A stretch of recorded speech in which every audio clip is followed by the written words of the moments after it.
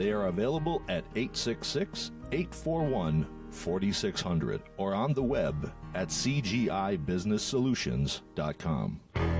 The Shaskin Pub is happy to be a sponsor in WMNH. Our location is 909 Elm Street. The Shaskin Pub is open 7 days a week from 11:30 a.m. to 1 a.m. and offers the best food and drinks in downtown Manchester.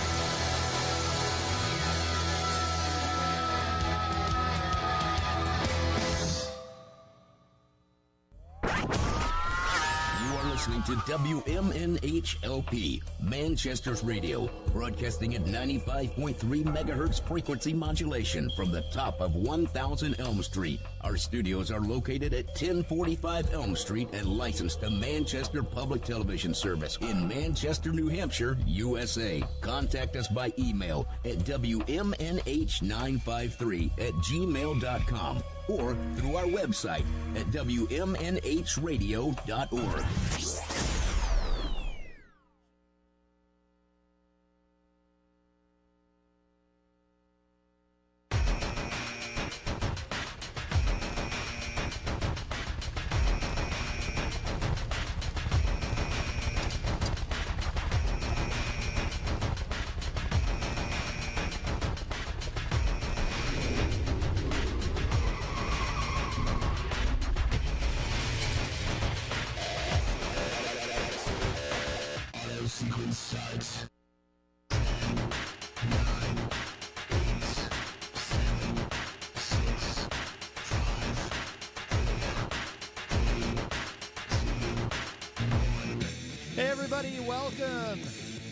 Connarton Unleashed in the afternoon. We are live on WMNH 95.3 FM, emanating from downtown Manchester, New Hampshire, streaming worldwide at WMNHradio.org and on the TuneIn app, where you can find us easily, so you can take us anywhere you go on almost any mobile device. Of course, we're also on Channel 97, Comcast here in Manchester, and, of course, on Facebook Live, on the Matt Connarton Unleashed Facebook page. And who are you today, sir? Well, John C. Hopwood. John C. Hopwood is here. And what does the C stand for today? Crotchety. Crotchety. John Crotchety Hopwood. Let's see. We have some peeps, as the young people say in the Facebook live chat. You know, I like to keep the show contemporary for the young folk. We have Dr. Jeff Cassell, who was here with us yesterday. We'll talk about that in a moment. Howdy, Mr. Castle. Yes, Dr. Cassell. He's going to be upset with you. I doubt it. Amanda Manolini joins us as well. Great name. Yes. Amanda Mandolini. Amanda Manolini. It's kind of fun to say. Amanda Manolini. Yes. Say that 5 times as fast as you can. I bet we could. Italian is the most beautiful language I've ever heard spoken. Yes. And if you haven't been to Italy, folks, go. They're the most wonderful people on earth. Oh, my goodness. My uncle, the other Matt Connarton, as he's known in some circles, is in the Facebook live chat. He's the one with the beard? Yes, he does have a beard. Peter White, of course, of a little show you might have heard called The Morning Show with Peter White and the Moose. Say again? The Morning Show with Peter White and the Moose. Ooh, yes. Yes. Yes. Although apparently Dr. Cassell thinks it should be the Carol Robideau and the Moose or something. Why does he think that? I don't know. Do you think he has something against Peter? Yes. Yes. Maybe. I don't know. Petey.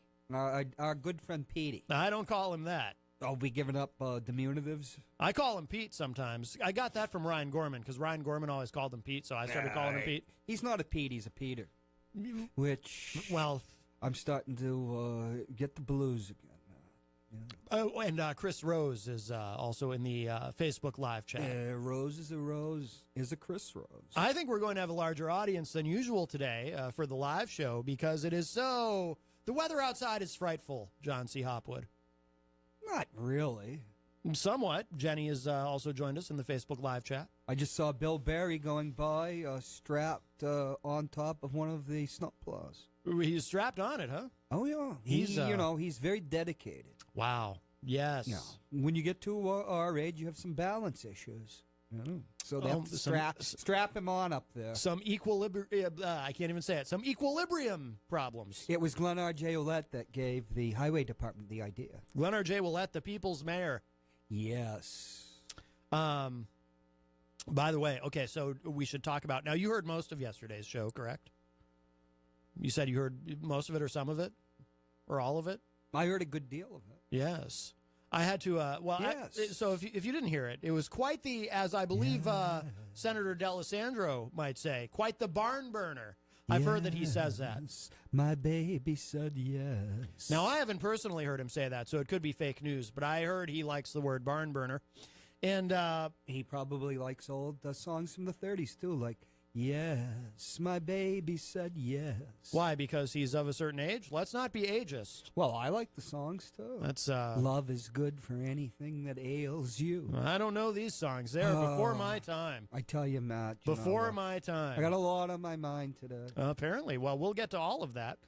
Well, I don't know if we'll get to all of it, but it's just some things in life can just set you back on your heels.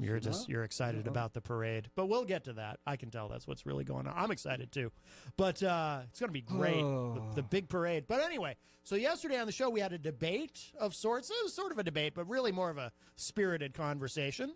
In one corner we had Dr. Jeff Cassell, who said, by the way, in the Facebook live chat, "I'm here and I'm waiting for something good." So the pressure is on to impress Dr. Cassell. Maybe Dr. Cassell knows some advice for a person. He may be able to help you. I don't know if he has been through it because he is of a certain age. But in the old days... Does that have something to do with your prostate? Is that what you're hinting at? Kind of. Oh. In the old days, you'd be in a certain mood, and you'd telephone looking for old girlfriends. Those women in the past. They were very significant. Had a significant role. Certainly, yes. As significant others, although you didn't use those really terms. does relate to the prostate in a back in the very, very real sense. The rotary dialing and Ma Bell. Now you search for them online, man. Right.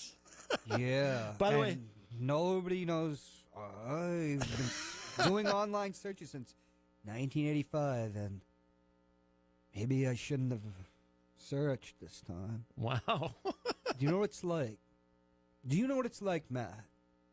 You don't have children either, because this is a thing for all parents, particularly those with daughters.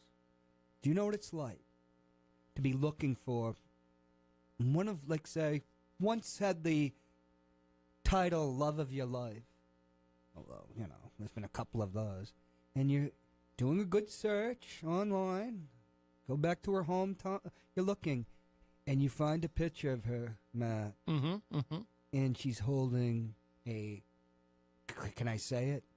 A man's ding-dong in her hand. Oh, my goodness. Matt, I tell you, I don't know whether it's the Flexerol, the muscle relaxant they gave me. I want to be really clear about what you're saying here, but first I want to say hello to... the clapper? No, we'll get to that. Brian Brody, I believe for the first time, joins us in the Facebook live chat. He should call on. He should. I didn't give the number yet. 603-250-6007 Wednesdays? is the number. Every alternate Wednesday is all-natural bodiness. No, you're completely confused about that. Do you know, Matt? But you're thinking of Dr. John D. Rich Jr., who calls in alternating Wednesdays. The one who talks about body things? Body. We know, not B-O-D-Y. B-A-W-D. Oh, I see where the confusion is. No, this is Brian. I thought we were talking about body subjects today. No, this is Brian Brody, not Brian Body.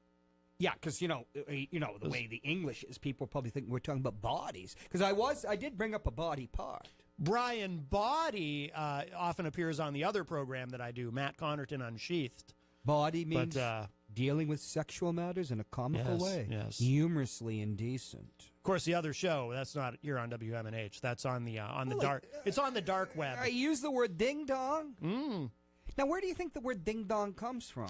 I don't know. A euphemism. But I do know this. In the I believe in the early 1990s, there was a tag team in WCW, World Championship Wrestling, called the Ding Dongs.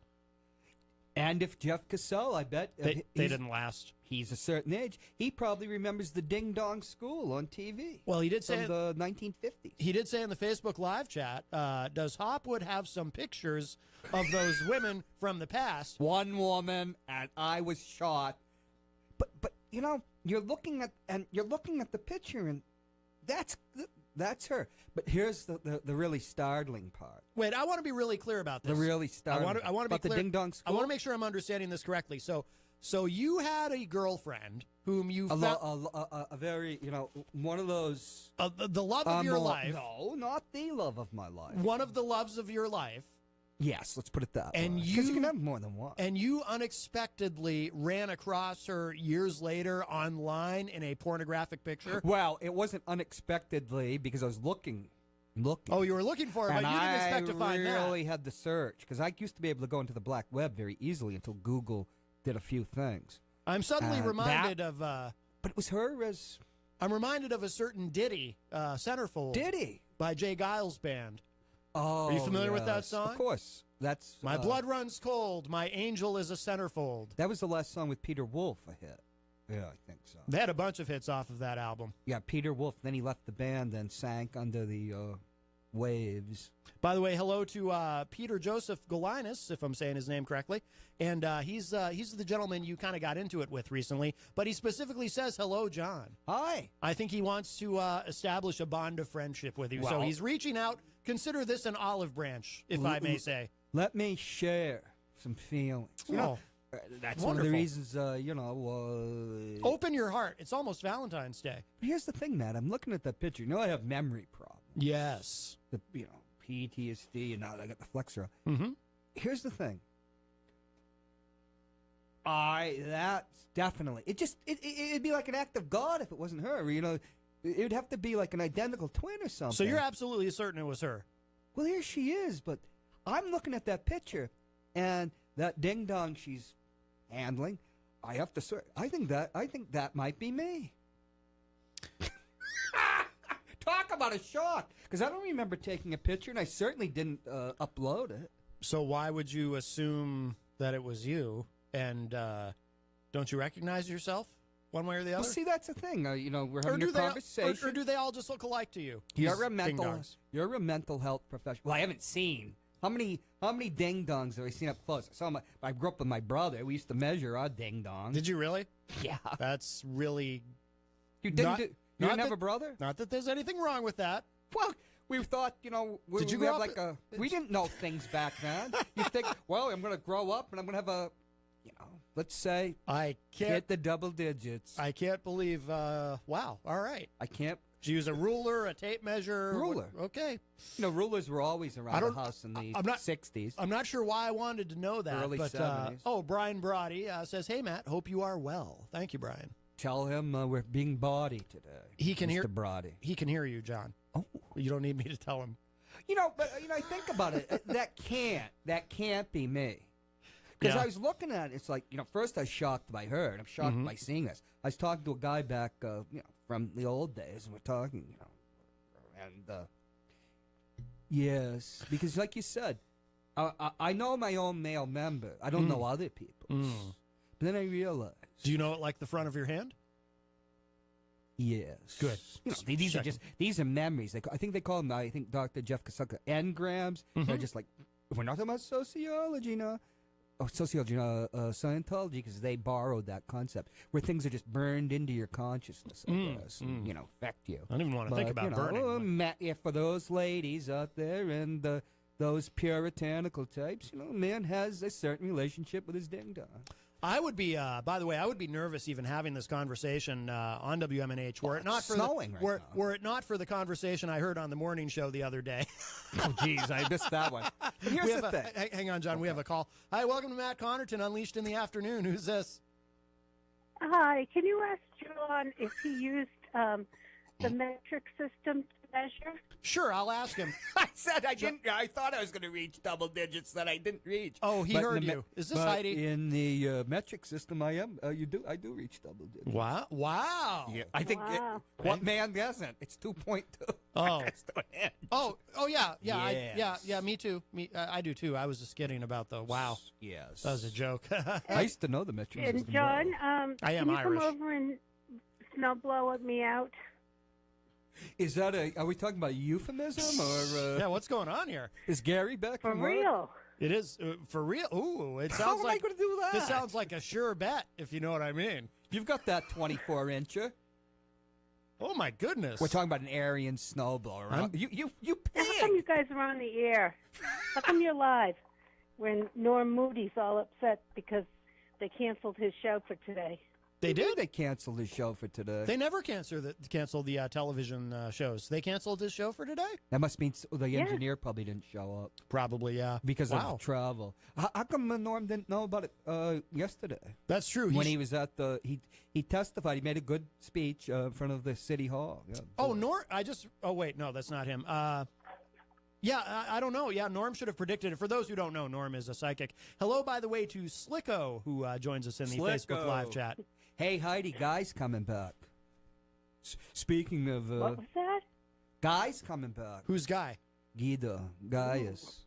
It's just between me and Heidi and, the circle. He's probably going to be back this spring. Okay, well, have a good show. All right. Drive carefully. All right. Well, I think Thank you, Heidi. we can wrap this heartfelt, this pouring out of my soul, which I just tell you, I realized finally, no, I look, you can blow these photos. Speaking of snow blowing, you can blow the photo up. We have another call. Whoops. Actually, hang on. It's probably the There we director go. of the station closing us down. Oh, and we have a dial tone. Okay, it was the Phantom. I may not have gotten it in time. I tell you, Matt. By the way, Slicko in the chat says, wow, the chat's very, very active. Hey, a comment disappeared on me. How come? That's weird. Dr. Jeff Cassell maybe it's Norm using some mind power. And Norm, Oh, here it is. Norm doesn't have the power. I found it. Slicko said, WTF. I literally opened this, and here's my man. And hear my man say he's got a 24-incher. Yikes. You remember Slicko. You met Slicko. Oh, yeah. He's a lot of fun. Yes, and our caller is back. Hi, welcome to Matt Connarton, Unleashed in the Afternoon. Who's this? I'm finally going to get a date Ooh. after What all is these the years. matter? What is the matter with you people? Huh? What is this that we have? We're talking about penises on the radio. No, you we're not- have no no, self-respect. let's- And you with the ruler, did you at least sanitize it between usage? My God, I turn on the radio, I hear pornography. Porno, Oy vey, porno, yeah. You're Michiganers. I'm Stop full with of the- with Michigas. You sound Stop with it. you sound Stop verklempt. with this terrible things. This is a moral tale. I This think is she a likes moral you. tale. I think she likes you, John C. Hopwood. I How will- dare you say such a thing?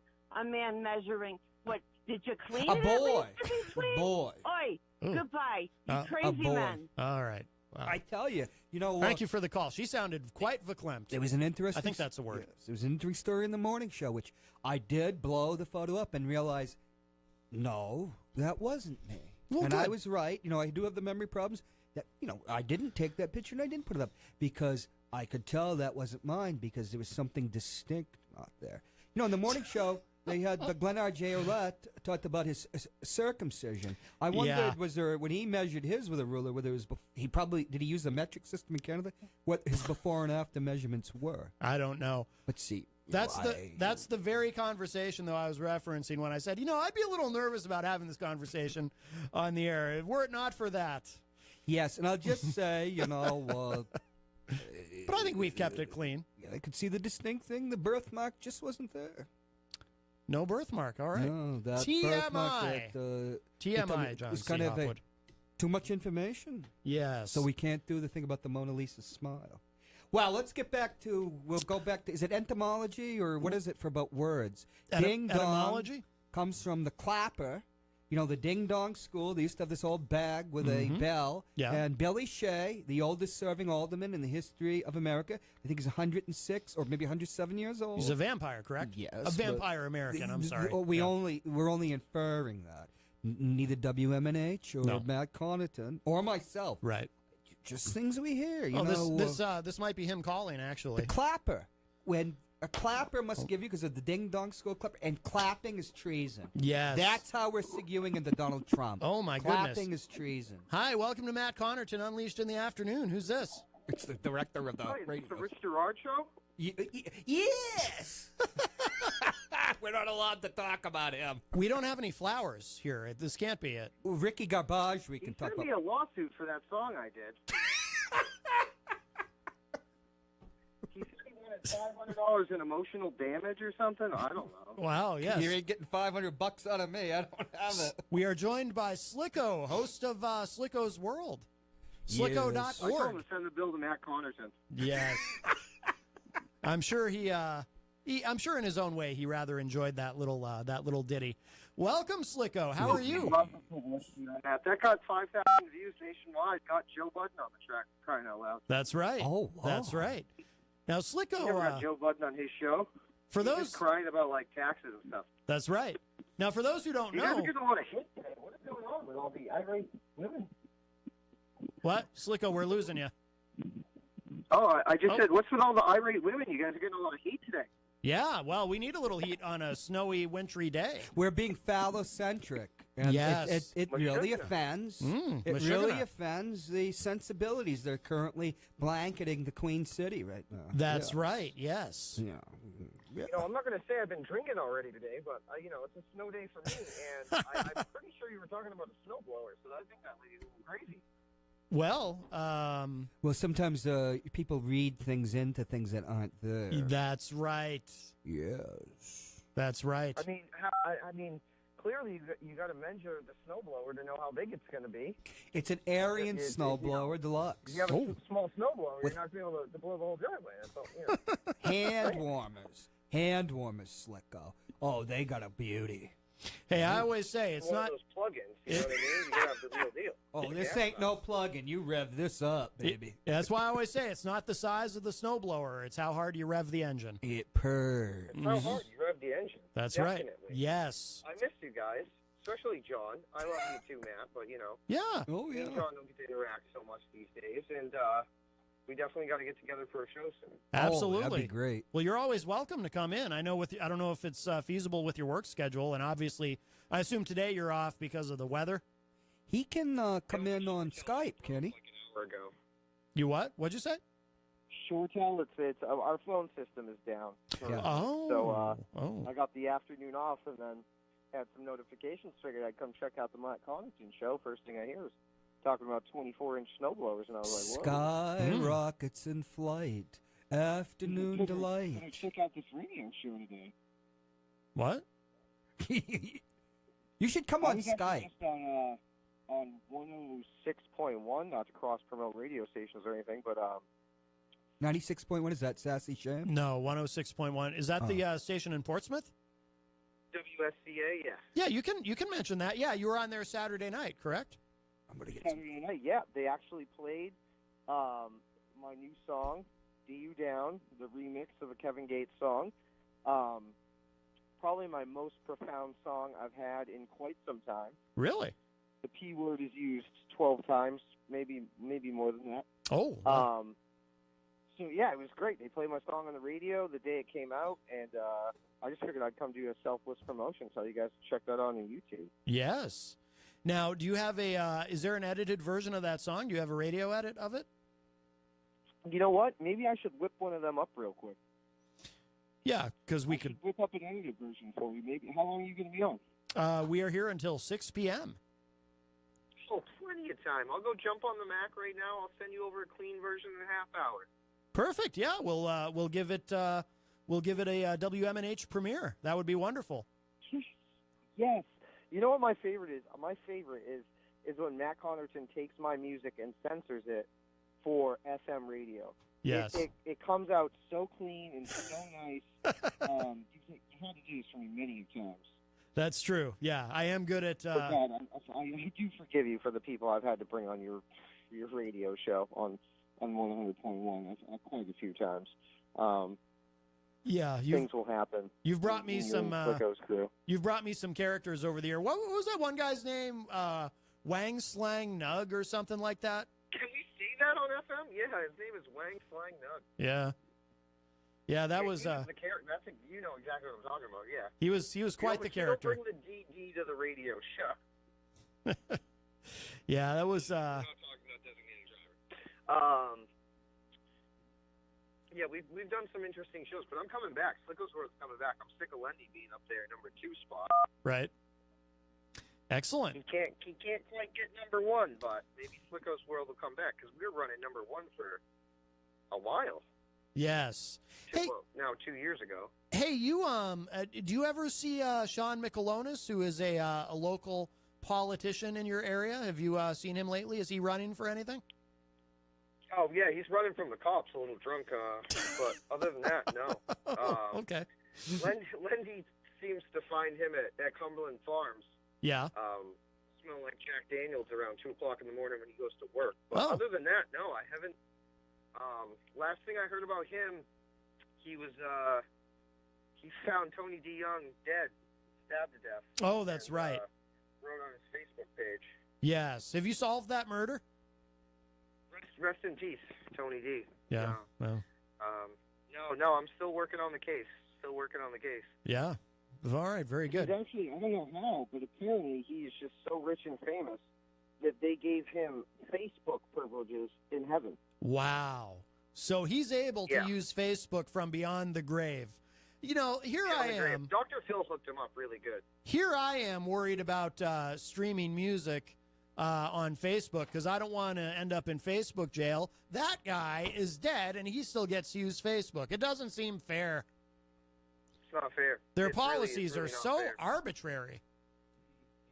You know, it's just it's racism at its best. You know, it is. Yes. It's just you pick and choose your battles. You know, don't play music on Facebook. But if you're Tony D and you got that Dr. Phil connect, you know you can do whatever you want. That's right. That's right.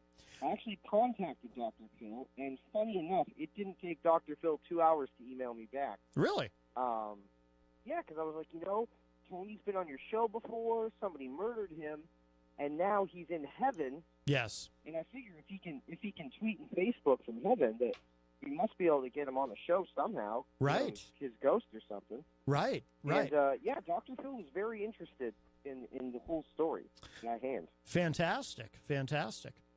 Well, Slicko, why don't we let you go so you can work on that? Yeah, I'm gonna whip up an edited version for you guys right now. And then if you can, walk on and listen, people. Stop hating on my man Matt Connarton and John Ward. All right?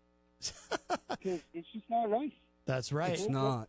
Erase. Snowblow your driveway with your 24-incher or something. That's right. Erase the hate. That's what I say. Yeah. We all have. If you only got a 6-inch snowblower, you know that's fine too. Whatever. If you got a 6-inch, you really should be doing the driveway right now and not calling up all this hate about my buddies. That's right. That's the real reason I called. It takes all kinds, Slicko. But yeah, when that's ready, if you can send it to ipmnation@gmail.com, and we'll give it the world premiere today here on the show. Yes. All right, I'm pumped. All right, I might have enough time to make the fire too. All right, cool. Good night, guys. All right, Take Slicko. care. Thank you. Bye-bye. Well, just to reiterate the conversation, it's about the, was it etymology or etymology? Etymology? That, yes. By the way, the school bell makes a ding-dong sound. Oh. You know, inside the school bell's a clapper, and not the clap. Right.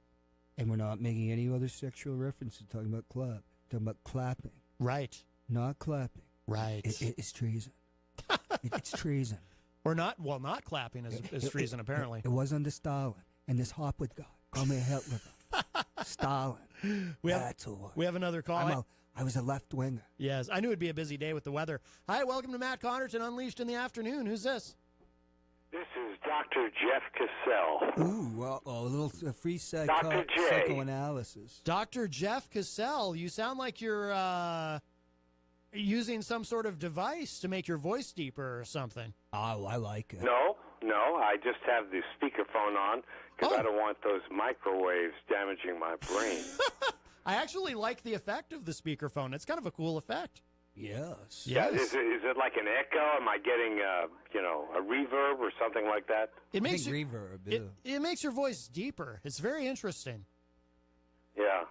Well, The bristles, the spines I'm a on very Matt's deep fur guy. are going up. Yeah. Are you calling to give Mr. Hopwood some therapy? absolutely. Get in line, buddy. I had a communication from Professor Hopwood yesterday, A communique? and he said he wanted me on his TV show. Oh, I did. I didn't even go on because But I don't know what he wants to talk about. I'm not going to talk about his ding-dong. That's off limits and a little bit in the realm of the unspeakable. Yes. well, there's a moral tale. Lock your daughters up. Let's go back to the old I Puritanism. want to talk to him. I want to know why he wants me on his show. Mm-hmm. Is he going to attack me? Yes. Is there a chance that he will walk off his own show? Yeah, and you can take it over. Yeah, that there would you be go. That would be great because Well, that would be a big improvement. There you go. well, you have The caused John some. Hopwood Show No, it's not with called Jeff that. Cassell, starring Dr. J. Oh, it's like the John Hopwood's pleasure saucer. Oh, Yeah. But I really want to know what he wants me to talk about on his show and why he wanted me on that show. I'm curious. I didn't get it. I'm Why curious not? as well. Yeah. Why not? Talk about baseball and all sorts of stuff. Oh, do you like to talk about baseball, Dr. Cassell? He was on a baseball show Hello? before. Yeah. Can you still hear us? I can hear you. We have Norm. He's going to mind meld your telephone shut. Oh, hello to Fred Bonig in the Facebook.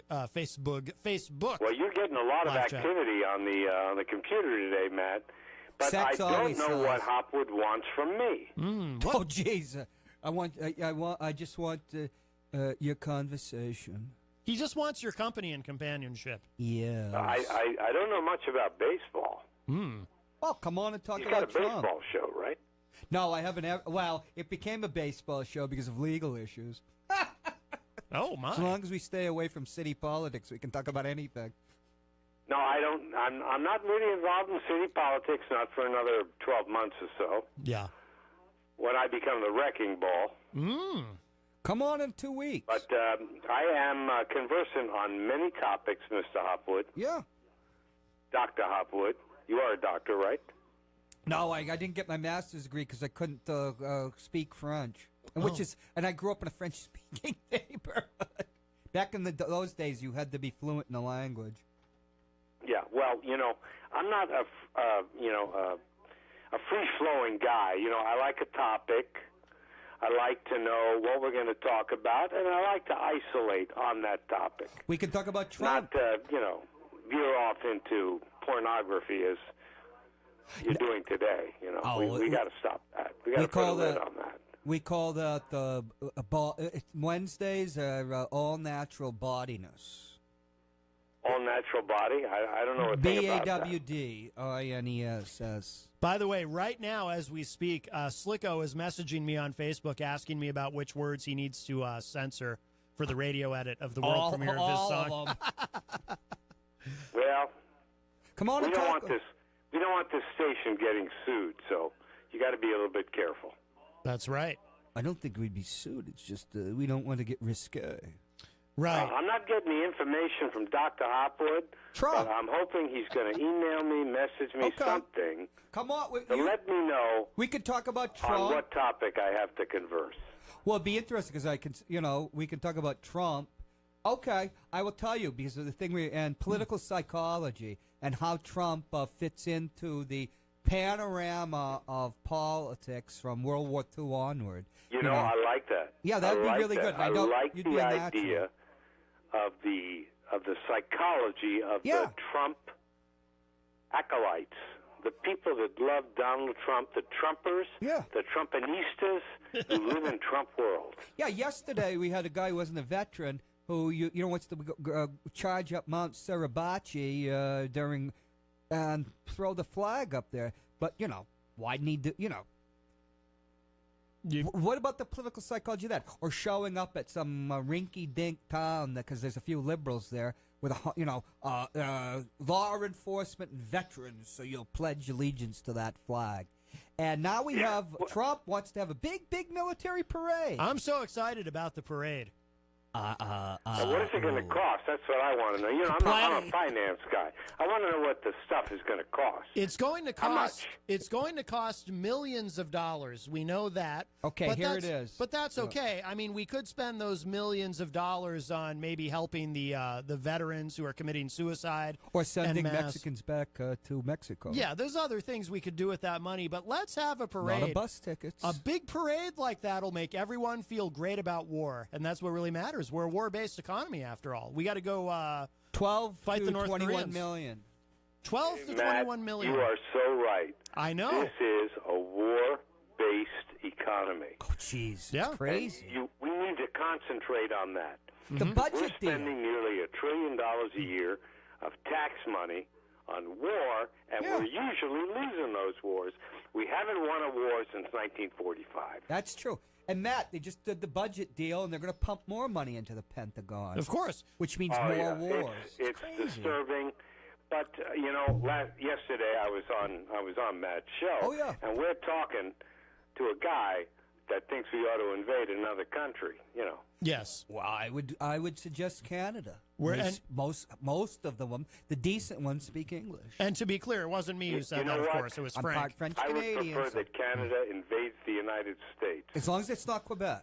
We need more Canadians in America. We have They plenty got of a them. little class. We need Canadians and Norwegians. That's what we need to really kind of spruce up the place, if you know what I mean. It's interesting, in the Bay Area in California in the 1990s, almost all my physicians were from Toronto because they escaped Health Canada and came to the United States to make money, and they did need doctors. Yeah.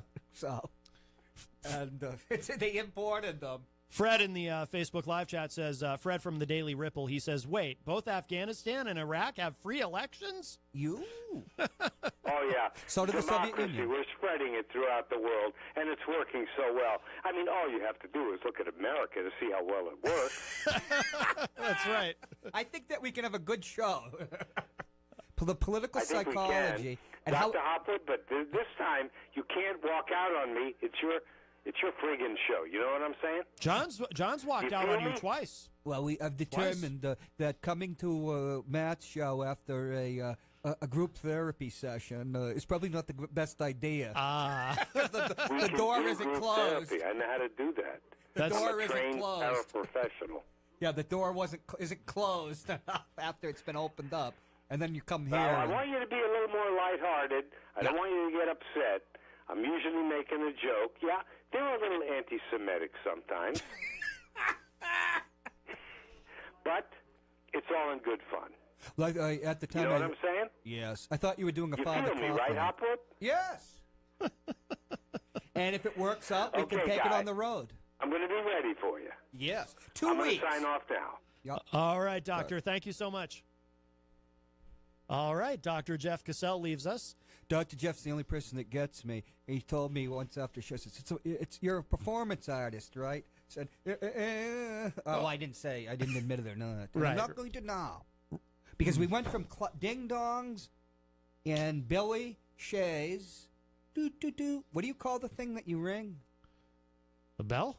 Well, the ding-dong school. Yeah, a bell. No, little bell's got a clapper in it. And it was, if you didn't clap at a speech given by Stalin, this Presidium, you committed treason. And off, if you weren't shot in the back of the head with a little guy in a butcher's apron with a 25 Beretta, for economy's sake, you were sent to be worked to death in a gulag. So, yes, not clapping is treason. We have another call. Very busy day. Hi, welcome to Matt Connarton Unleashed in the Afternoon. Who's this? It's your old pal, Fred. Fred Bonig, how are you, sir? From the Daily Ripple. I try to remember to mention that. Thank you. You plugged that very well. People can go there. That's thedailyripple.org. They can visit, or they can go on the Facebook. Yes, yes. How about the Daily Tip? But what I was saying was, in the mission in Iraq was to remove Saddam Hussein. The mission in Afghanistan was to remove the Taliban. In the mission in Libya was to remove Gaddafi. All three countries have had free elections. Whether they're a little skewed, who knows? But lucky they have had. We don't. They've had elections, so so democracy is there. They all have governments that function based on who gets elected. Mm-hmm. But do we blame the French for Gettysburg? Well, I mean, because the French helped us in our revolution, right? But years later, we had, as a country, we had a civil war, which in all those cases, that's what they're having, is a civil war. They're not being invaded truly by other countries. They're being, it's something that's going on inside their own country, which has really nothing to do with winning a war. It was about keeping the peace after it and developing a military that could babysit themselves, which we do now have in Iraq. And when people go, well, we withdrew and that caused the ISIS. Well, the truth is 800 ISIS fighters crossed from Syria into Iraq, and 30,000 well-armed, American-trained, I don't know how well they were, but they were American-trained and armed, put down their guns, mm-hmm. Iraqi fighters, because they didn't believe in their government and let ISIS come in and have all that equipment. Right. See, I don't believe there is anything called ISIS or ISIL. It was the Republican Guard, and they put a few the Republican Guard was really over there in Iran. Elements of the Republican Guard, the colonels and lower, and they put a few mullahs in front of the movement to spout this gibberish, and that's why they were so effective militarily. These were soldiers, Mm-hmm. and you. It's like in the old days. If Graham Greene wrote a novel, it's the comedians about Haiti. All you got to do when there's an indigenous, the people saying, "No, you're not going to take my house and give it to Chiquita Banana," which was a United Fruit Company at the time, which happened in El Salvador in the 1980s. I'm going to stand up and fight for my property. All you have to do is call them a communist. And that's what happened. We killed 80,000 peasants in El Salvador, and we had, people don't realize it, we had Marines down there and soldiers killing people. And they have some problems with that because they weren't instituting democracy. Right. And that United Fruit bribed everybody. They had Bill Clinton in the pocket and the Republicans. It didn't matter. Wow. Yeah. Then they became Chiquita Banana, which was so interesting, their hold on our politics, because they do very little business in the United States. It's just, whatever marketing. But they're a very powerful company. Yeah. And Central America was always considered, since the Monroe Doctrine, ours. But right. We remember when I was there at the, in part of the military intelligence community, I can't tell you about that, but we were very irritated about Central America. Yeah. But because going against the Soviet Union, that was, Now, were you listening yesterday, John? I didn't hear it all. When Fred I was in a car for a while. Did you hear when Fred called in yesterday and talked with Frank? Yeah, Frank Zapparetto. Frank is. I didn't realize until yesterday how pro-war Frank really is. It was disturbing. So I had to turn I didn't realize there was anybody that was pro-Fox as much as he is. He doesn't necessarily have his facts straight, but he does repeat the party line and misquote things that have been debunked. Yeah, it's fascinating. He repeats them. I mean, we proved yesterday that he didn't really know what was going on in Benghazi, but he carried the line that he had heard for years about it, that have all been debunked, because at the end of the whole hearing and all the money, there was no, being spent. Trey Gowdy came out and said we didn't find anything. Right. Oh, yeah, there really was nobody at fault. But he continued to say things that were debunked. The thing about, again, the thing about the emails. Yes. He didn't have his facts straight, and he didn't have proof, but he had the company line memorized, which is what he believes. Right, we criticize both right and left for that type of Absolutely, thinking. absolutely. Yeah. But yeah, he does. Frank was engaging too in a lot of, what Dr. Cassell. I forget how he put it, but I called it whataboutism. Whataboutism, which has become very. Very common. It's like, so if you say something negative about Trump and then a Trump supporter just says, well, what about Obama and something, or what about Hillary or something? In Germany in the 80s, what was it? Hitler was bad, but Stalin was worse. Right. But one of the things that struck me about him is that you're trying to get him on Fox. Fox doesn't make any errors at all. Everything that comes out of Hillary Clinton or his mouth or Obama, it's all false. Where it's like you and I will pick, well, this is this and that. Because there's liberals who engage in whataboutism as well. It's not exclusive to anybody, but that is what Frank was doing a lot of yesterday. Yeah, that's why I voted for Crossline but and Frank voted for doesn't Huntsman. have his facts straight, though. Yeah. That's the problem. Frank doesn't have. He doesn't really. He has what he's been told. Right. But right. The one Party thing that line. you'll do notice about me is I don't say a word unless I can document it. Right. You know what I mean? Because that's the way it has to be. You have to have some source that you can show, or it's your opinion. Right. And your opinion based on somebody else's opinion on Fox News. Yeah. So either you have proof or you don't. Right. Right. Well, see, what I always did, and I tell people in order to, because everybody's saying, because we've talked about it, Trump is right in kind, if not degree, about fake news and manipulation, everything. But I tell people what you have to do, and what I used to do when I had to put articles into a Google News feed, you start, it was easier in California, you start with the press, starting in Australia, the Sydney Morning Herald, which is a liberal skewed paper. It'd be a little to the left of the New York Times.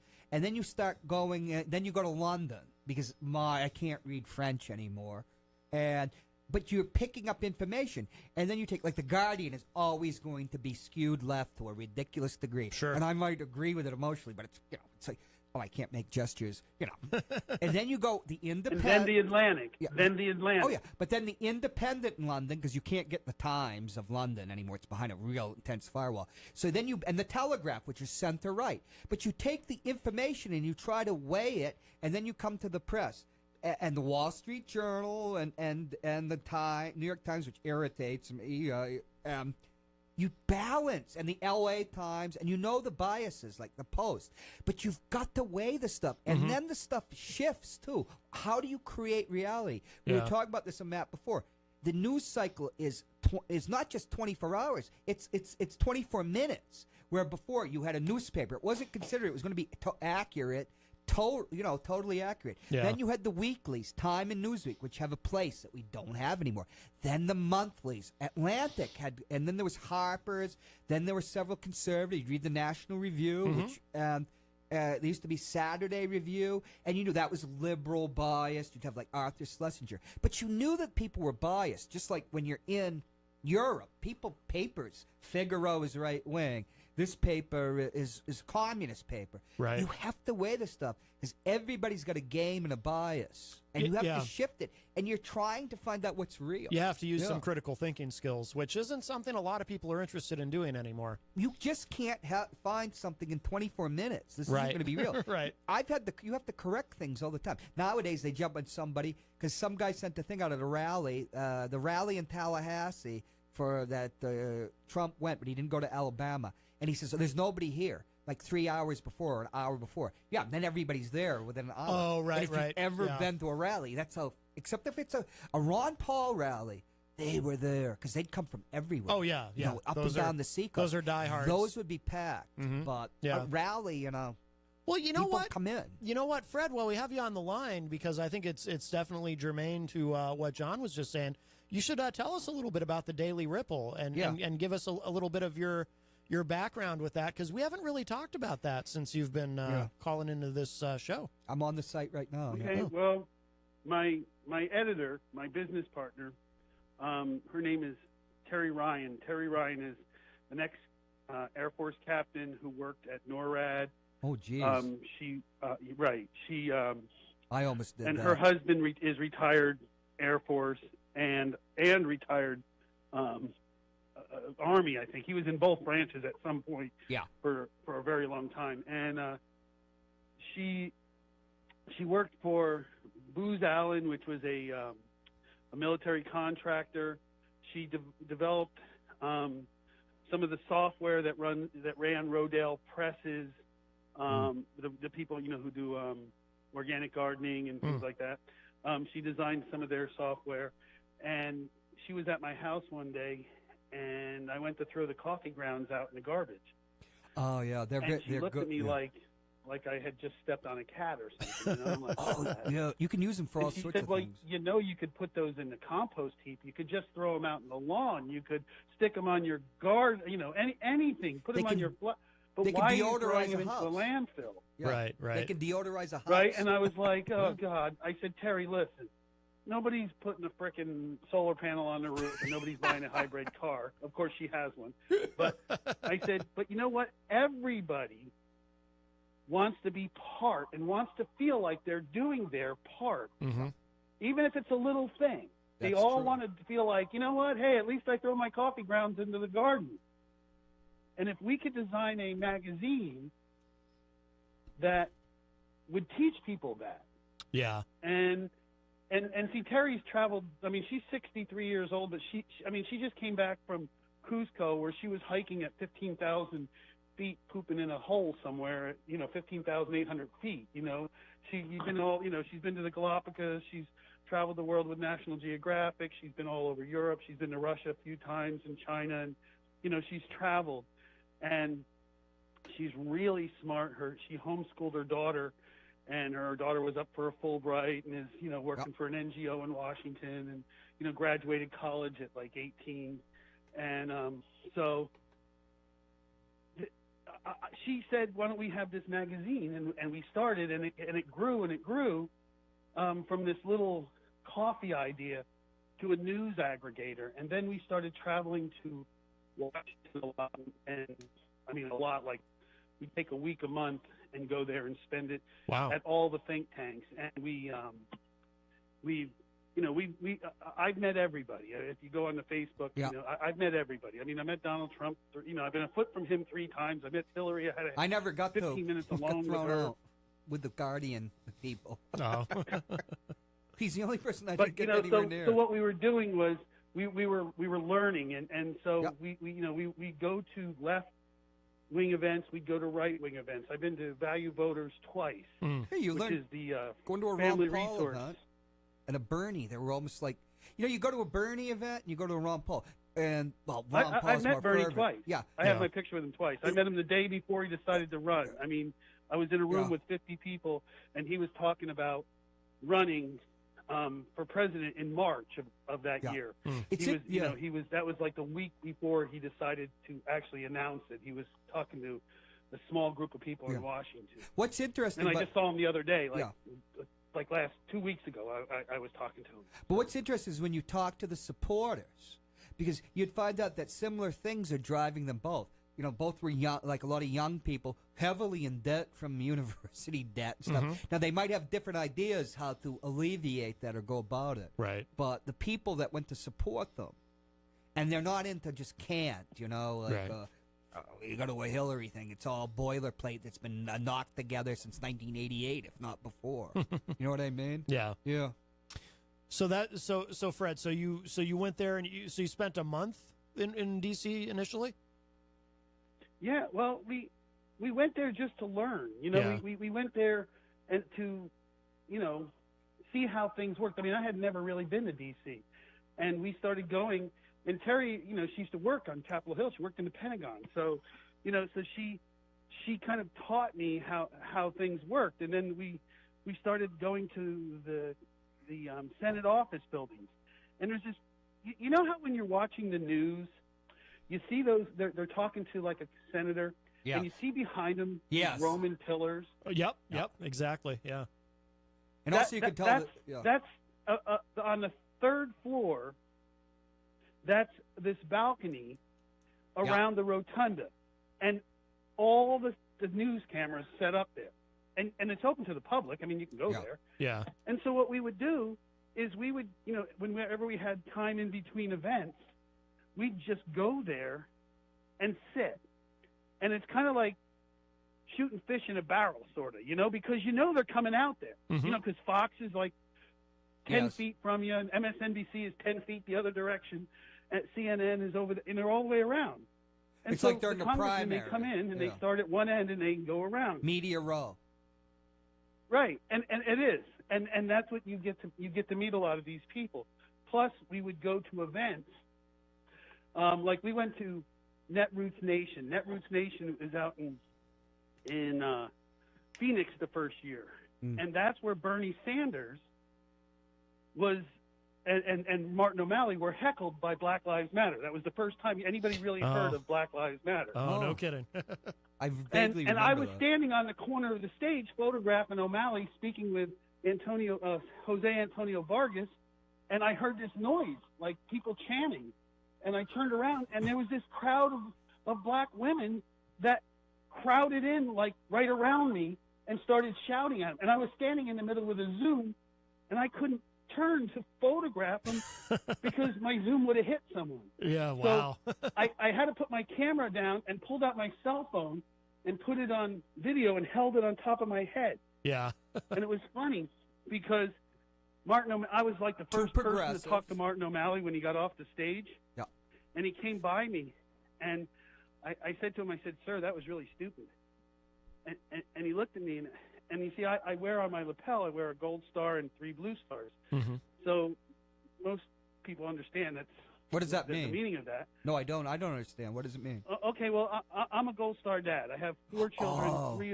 4 of which have served, Okay. 2 of which have been to Afghanistan. Yeah. 1 came home alive. The other one came home after he got hit with a hand grenade. Oh, jeez. And he went back a second time. I have a son who's been a Marine and a daughter in Naval Intelligence. Okay. And so the gold star is for my 19-year-old Yeah. Austin. Yeah. And the blue stars are for my other children. So Right, like the flags. Yeah. Before we so he comes off the stage, and I say, "That was really stupid." He says, "What do you mean?" I said, "Sir, you just told a bunch of angry black women that all lives matter." And I said, "Sir, in this country, if there's any person in this whole world that knows that all lives don't matter, it would be them. Because if all lives mattered, there wouldn't be homeless veterans sleeping across the street from the Capitol, if all lives matter." Right. And you should have said, in this country, we need to make sure that all lives matter. Can I quote Because what? Yeah. currently they don't. What- And I need your help Yeah. to do that. And we need to make sure that all lives matter. And he went, "Yeah, that probably would have worked." I said, Right, "Yeah, right. I think it would have, sir." Can I read this? It's from a contemporary account from 2015. O'Malley was later booed when he said, "Every life matters, black lives matter, white lives matter, all lives matter." Yep. I was standing right there. Yeah. Wow. I mean, you know, if you're sitting there, type in the words Tom Cotton and the word Fred. Tom Cotton and Fred. And what? If you want some other one, you can. He type later in, apologized for his remarks, O'Malley. Yes, he did. Well, Yeah. because he did because we had the conversation. Yeah, I mean, I yeah. have pictures of me telling him it. Wow, that's You wild. know, he realized what he had said. Yeah. So when did you start the website? Did the website come out of this, or was the website already up when you went? The website came out. It took because my business partner is a perfectionist, and she, you know, has this issue with being wrong, so she doesn't want to. You know how that is. Sure. Like, I can't do it till it's perfect. Right. And it of may course. never be perfect. Right. So finally, it was 2 years into it that she finally said, I said, "Look, we're just going to publish it. And if there's wrong, you can fix it. We'll find it." Yeah. So she did. And now we're within the top 100,000 of all websites in the United States. Right. We have Congratulations. like a 30% bounce rate.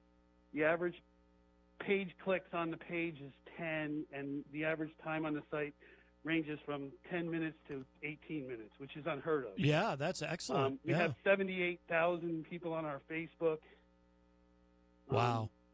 You know, And this it's growing. so well, yeah, and it grew really And fast. there's no money involved. There's no advertising. There's no advertising on anything we do. Yeah. We pay for it out of our pockets. Yeah.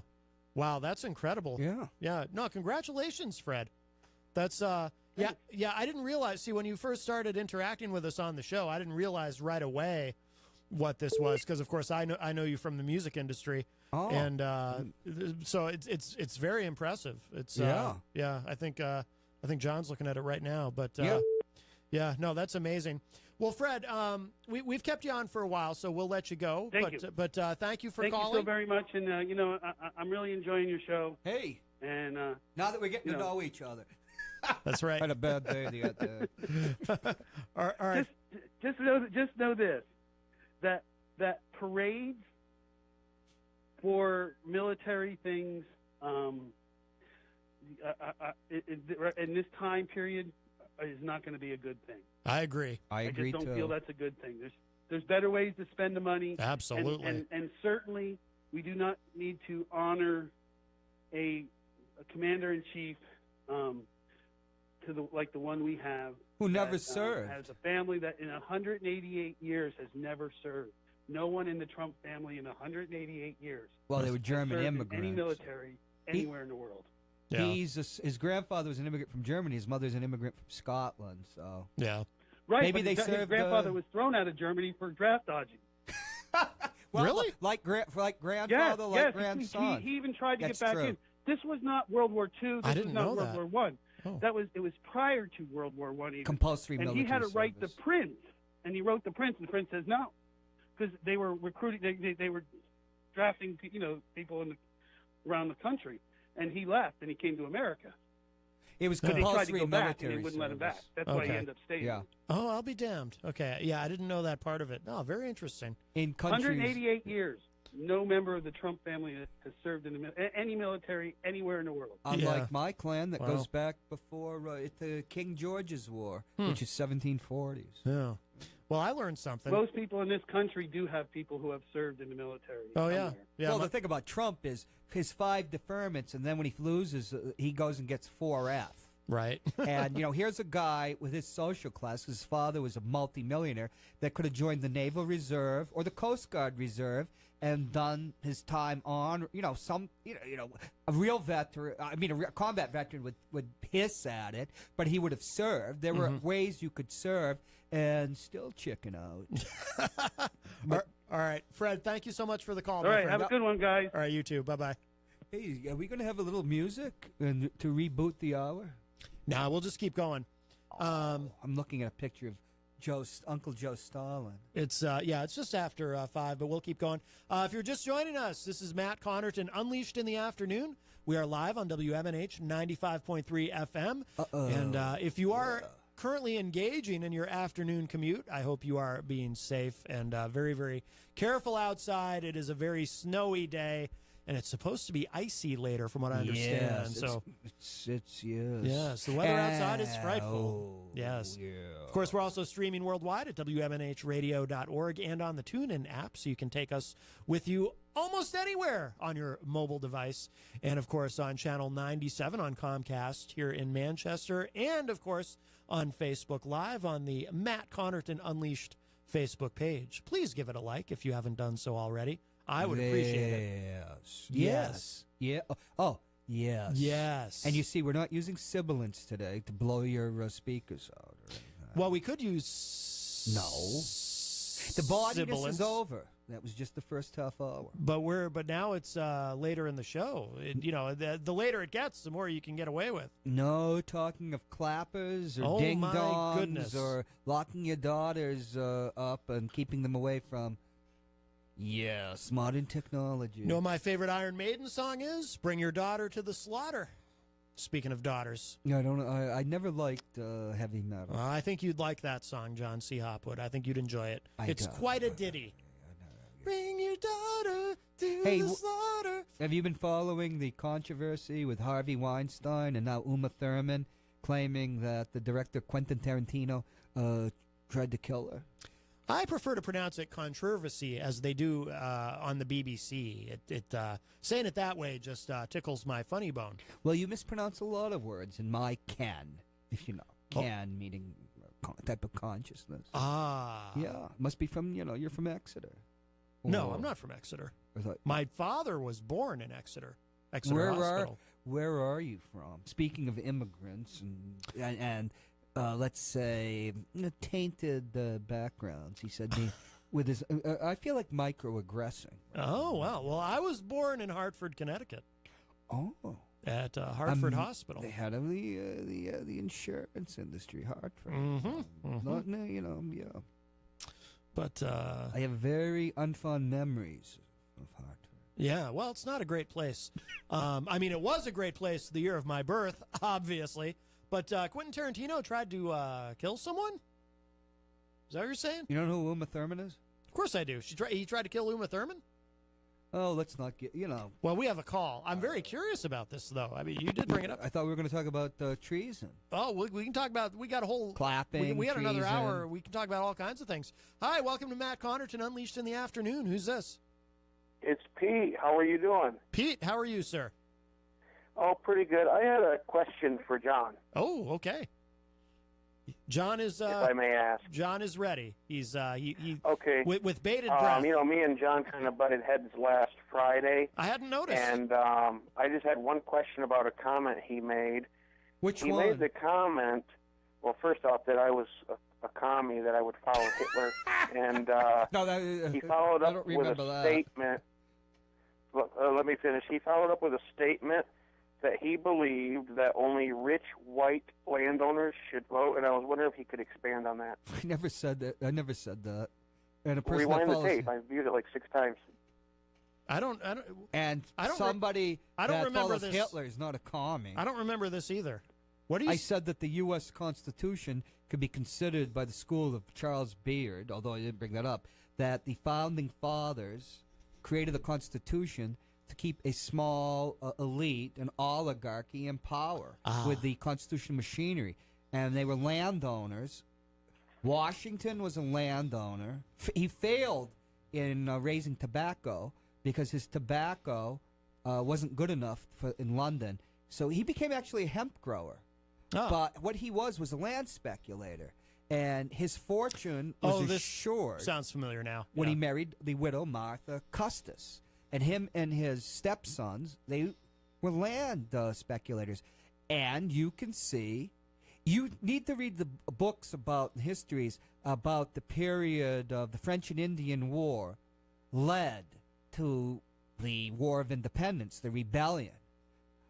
Because the British, it was part of the 7 Years' War, a larger war, a world war, probably the first world war there was. And it was fought partly because France and England here in North America. And it reached its climax on the Plains of Abraham in Quebec City when the British defeated, the French. The Plains of Abraham, very famous. That's when France loses New France. Now, the British Crown had to pay taxes, and they wanted the North American, their British subjects, which was what they were, to pay their share. And Americans don't like to pay taxes. It's just, right. Nobody likes to pay taxes. And the British wanted to stop. If you look at maps of the pre-United States, you'll see that states like... Oh, he hung up. A state like Connecticut claimed land all the way out into Ohio, Michigan, because these were companies that would come and, they'd create Connecticut. They'd create another state, or Pennsylvania. Massachusetts, Maine was part of it. New Hampshire was hived off and away from the Massachusetts territory. These were chartered companies, aside from the Puritans that were the Puritans were given a charter too. You come here and you have certain land. And Washington and many of his social class were heavily invested, speculated in land across what was considered the boundary of British North America. And they came into conflict with Native Americans, like those 5 civilized tribes, the Iroquois Confederation. And there was a clash as you're getting towards the Mississippi when you're going into the Appalachians. You have the Native Americans have been pushed back there, and they don't want more we'd call white people, English settlers, coming into their territory. And Britain has to have military forces and pay for it because the Americans who had their militias, we call it the British subjects in North America, had their militias, which they had to pay for. And there's this clash between London and the local people because Washington is out as a militiaman in what's called now Western Pennsylvania, where Pittsburgh is. And he is clashing with the French. That was one of his I had that on my show once. So they want that land. They're speculating in land. The founding fathers, the New England founding fathers, were running rum and running goods and evading taxes. And the class of the planter class, which Washington was part of, is clashing with the Native Americans and then the French until the French and Indian War is settled over that land. Now the French are gone. So now there's the pressure because the French have been removed. The British Crown did not want the Americans like Washington, who was a British subject, going into that territory and claiming it and creating a security headache for them. But then they put all these taxes on the Americans to pay for this war. But the thing I told you about is look at a map of the District of Columbia. It's supposed to be a square. It's not. On the Virginia side, the other side of the Potomac, Washington and his sons, Custis stepsons, speculated. They bought up that land. And as much as people revered George Washington, he was a great man. He was a great military leader, and he was a great president, too. He was one of the greatest Americans ever. But he was a land speculator, and that was part of his nature, and they knew it. And they never built anything over there because they'd have to pay these exorbitant prices. And in the 1830s, because of conflict over the fugitive slave law, which is a real pain in the keister for everybody, they ceded it back to Virginia. Did you ever wonder why it's a square until you get, and then it's a part cut out of it? George Washington was a land speculator. Now, there is the progressive historians of the period of the first part of the last century, the early 1900s, culminating with Charles Beard is the foremost one, an economic interpretation of the Constitution. That economics is what drives people. And when you look at the Constitution, it is set up for a small amount, a minority can control the country. The Republican Party that controls Congress, the courts, and the presidency, they are a minority. They are not a majority party because of the electoral machinery. All right. That's what I'm saying. Yes. But, that's what he meant, Pete. It's not what I meant, but, you think that when you're talking that people have the same understanding of history as you do. Yeah. But the English are descended, the British are descended. People are always talking about, I was reading something, people are always posting these stupid memes. Listen, in 500, there were Celts in Britain. Then the Romans invaded. Caesar invaded Britain. Then you'd have the Vikings are raiding, which are Northmen. Then you have the Angles and the Saxons, the Jutes. You have the Danes and people from what are Holland and the northern part of what's now Germany invading and eventually conquering Britain. I'm out in King Arthur country last year, which is in the western part of Britain. I'm at Glastonbury, which is supposedly, that's the Isle of Avon and all that. That's where the Celts are holding out against invasions. There's constant invasions of England and Ireland, the British Isles. Then the Normans invade in 1066 and conquer the Anglo-Saxon kings. This is what Robin Hood and everything's about, which is fictional. The clash between these civilizations.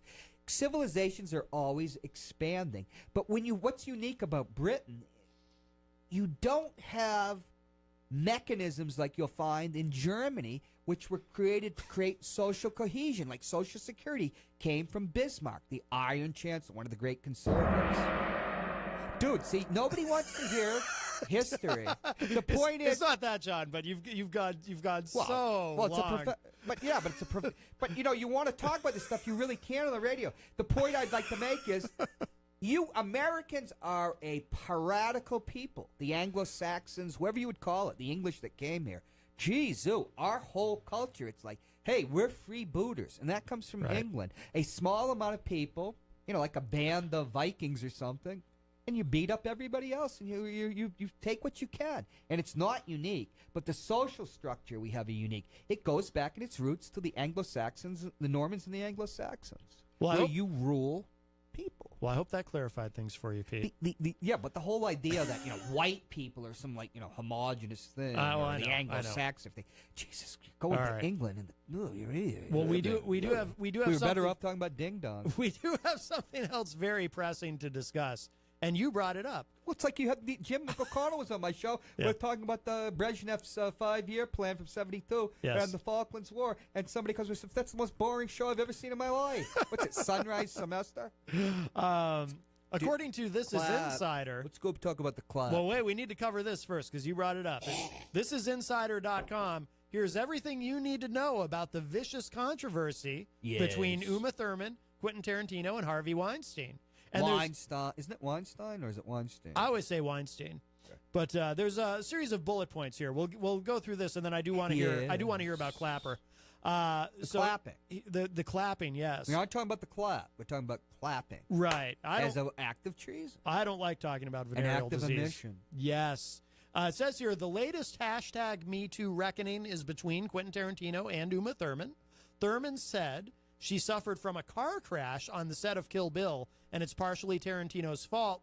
Tarantino accepts the blame. He's also been suspect because of his closeness to Harvey Weinstein, who produced all his movies. But Thurman is more angry at the Creative Arts Agency and Kill Bill producers, who she says avoided helping her after the accident. The backlash toward Tarantino was swift, but CAA and those producers have largely escaped scrutiny. Confusing their narrative even further, Thurman and Tarantino gave interviews to journalists who muddied the story. So, there you go. So if you want to read more about that online, you can. But I just wanted some clarification, because I didn't know anything about this. This completely got past me. I didn't know there was a controversy, or see, now I can't do it. The way they say it on the BBC. I can't do it now. Controversy? Controversy. I don't know why I can't do it now. I did it. I did it once earlier. Now I can't do it at all. The way they say it on the BBC. Controversy. Is it No, it's not. Why don't we talk like Edward G. Robinson in an early 1930s gangster movie? Yeah, you know what I mean, Stan? Yeah. Except I can't do it. What do you think about your God now, Moses? Oh, see, that's much better. I can't do that. I'm not good at impressions. Well, Kill Bill was directed by 2 parts, Quentin Tarantino, and I guess it was produced by Harvey Weinstein, the Miramax company. Uma Thurman was the star of Kill Bill, just like she was she was the leading lady to John Travolta in Pulp Fiction. Fiction, which was a watershed movie that made about $100 million in release, which at the time was a lot of money. Probably made a great fortune in all the ancillary markets, as they say, tapes and all that. And it made Harvey Weinstein rich. Well, I was extremely uncool when Kill Bill came out, because it's not good. All the cool people love Kill Bill. They worship that movie. I saw it. All the cool people, everybody, everyone who you would consider cool and hip. It's garbage. It's one of those movies you're not allowed to dislike, or people will judge you. There's people listening who are judging us both right now, John C. Hopwood, for not liking that movie. It's garbage. I couldn't even get through it. I was bored to death, and all the anime that's mixed in with it. It's like, oh, this is unbearable. I couldn't even watch it. I was bored to death. I hate that movie. It's garbage. It was awful. I couldn't even watch the whole thing. Just a hodgepodge of grotesque genre films. Yeah, I couldn't get through it. And Uma, there were 4 days left of shooting, and I guess Tarantino asked her to drive a car, and she's saying the car was a standard. It wasn't an automatic, which she couldn't do. And she drove the car, and she had an accident. Now she's claiming it's part of Tarantino was hostile to her because he was pals with Harvey Weinstein. Oh. Now let me tell you something. Tarantino's not going to want his leading lady killed 4 days before his biggest movie he ever had is in the can, because then it's like, what was the guy, Twilight Zone, John Landis. Your actor dies, your career is over, and you have to understand. I know a person that insured motion pictures. It's a big industry, and there are risk managers there, And there's the SAG contract, the Screen Actors Guild contract. Yeah. So there were rumors at one point years ago, I think it was during Kill Bill, the rumor that Tarantino and Uma Thurman were together. I don't know. Secretly. They were having an affair. But, But I guess not. Actors can... the most famous case is Clark Gable died 4 days after they wrapped shooting The Misfits with Marilyn Monroe, who the movie shot over budget and time because she was mentally ill. There's no other way to describe it. You can read her husband, Arthur Miller, about that era. And the strain was incredible. And then Clark was 59 years old? And this is 1960, so he wants to do some of his own stunts and he dies 4 days later. But an actor dying on a set would destroy a motion picture. We should start a club. What? A very exclusive club. People who don't like Kill Bill. Kill Bill is garbage. I think we might anybody. It was hype. I think we're the only two people that don't like it. Dude, it was hyped. There may be a lot of people who secretly don't like it, but they're afraid to say it because they're afraid of being judged as uncool. Who would say such a thing? I never particularly liked Pulp Fiction because the first movie I'd seen of his was Reservoir Dogs, which is a variation on I very much like that film. Kubrick, The Killing. I like Tarantino's movies for the most part. I just don't like Kill Bill. And my only complaint... I like the one with... What was the one? Jackie Brown was a good Jackie one. Brown, I saw that in the theater. I like that. My only complaint about Pulp Fiction, I think it's a good movie. I don't think it's a great movie, which also makes me extremely uncool to say that. But the middle part with Bruce Willis, I think, is too long, and it needed to be shorter. I think it drags the movie down a little bit. I would kind of disagree because it changes the tempo. It does. Which is what he wants to do. I know, but I thought it was too much. But I would have cut maybe 7 or 8 minutes out of that. That's just me. You have a right to your opinion. Yes, I do. That's why the show's called Matt Connarton Unleashed. I can come on here and say I think Pulp Fiction's a good movie, but not a great movie. And I can say I don't like Kill Bill. Tarantino makes garbage for an era that there's no standards or anything. Now I sound like some old fart from the 1960s complaining about Bonnie and Clyde. You do. You do. So tell us about clapping. Not clapping for the President of the United States is an act of treason. I mentioned that yesterday that he said that. I was very angry. Why? Because, in other words, he's saying that if you don't agree with everything that he says or want to give him credit for everything, that you're guilty of treason. Unlike that foreign-born, including Africa, the dark continent-born Muslim, who was illegitimately the president, inexplicably for 8 years. This is a true blue American. How can you deny that Donald Trump, and I have a flag here, oh, yes, is beyond hold that flag up. Beyond George Washington, beyond a Lincoln. Yeah. He is the epitome of what it means to be an American in 2018, and I absolutely agree with it. Yes. Here's a guy, it's all hype, all BS, which we were just talking about Kill Bill. My father sold aluminum siding, and he told me the essence of life, and I think I mentioned when I first was on our show with you, when I wasn't singing the blues or something I was dealing with. And we'll go back to, we'll restart this. The essence of life is that somebody's going to sell you a horse made out of horse, expletive deleted. We can use horse manure. Yes. And the corollary, how do you say that in Britain? The corollary, aluminium. The corollary to that, remember, the essence of life is somebody's going to try to sell you a horse made out of horse manure. America's all about advertising and marketing. That business of America's business is that people will eat a 4-letter Anglo-Saxon word meaning mud, as in French, or feces, let's say.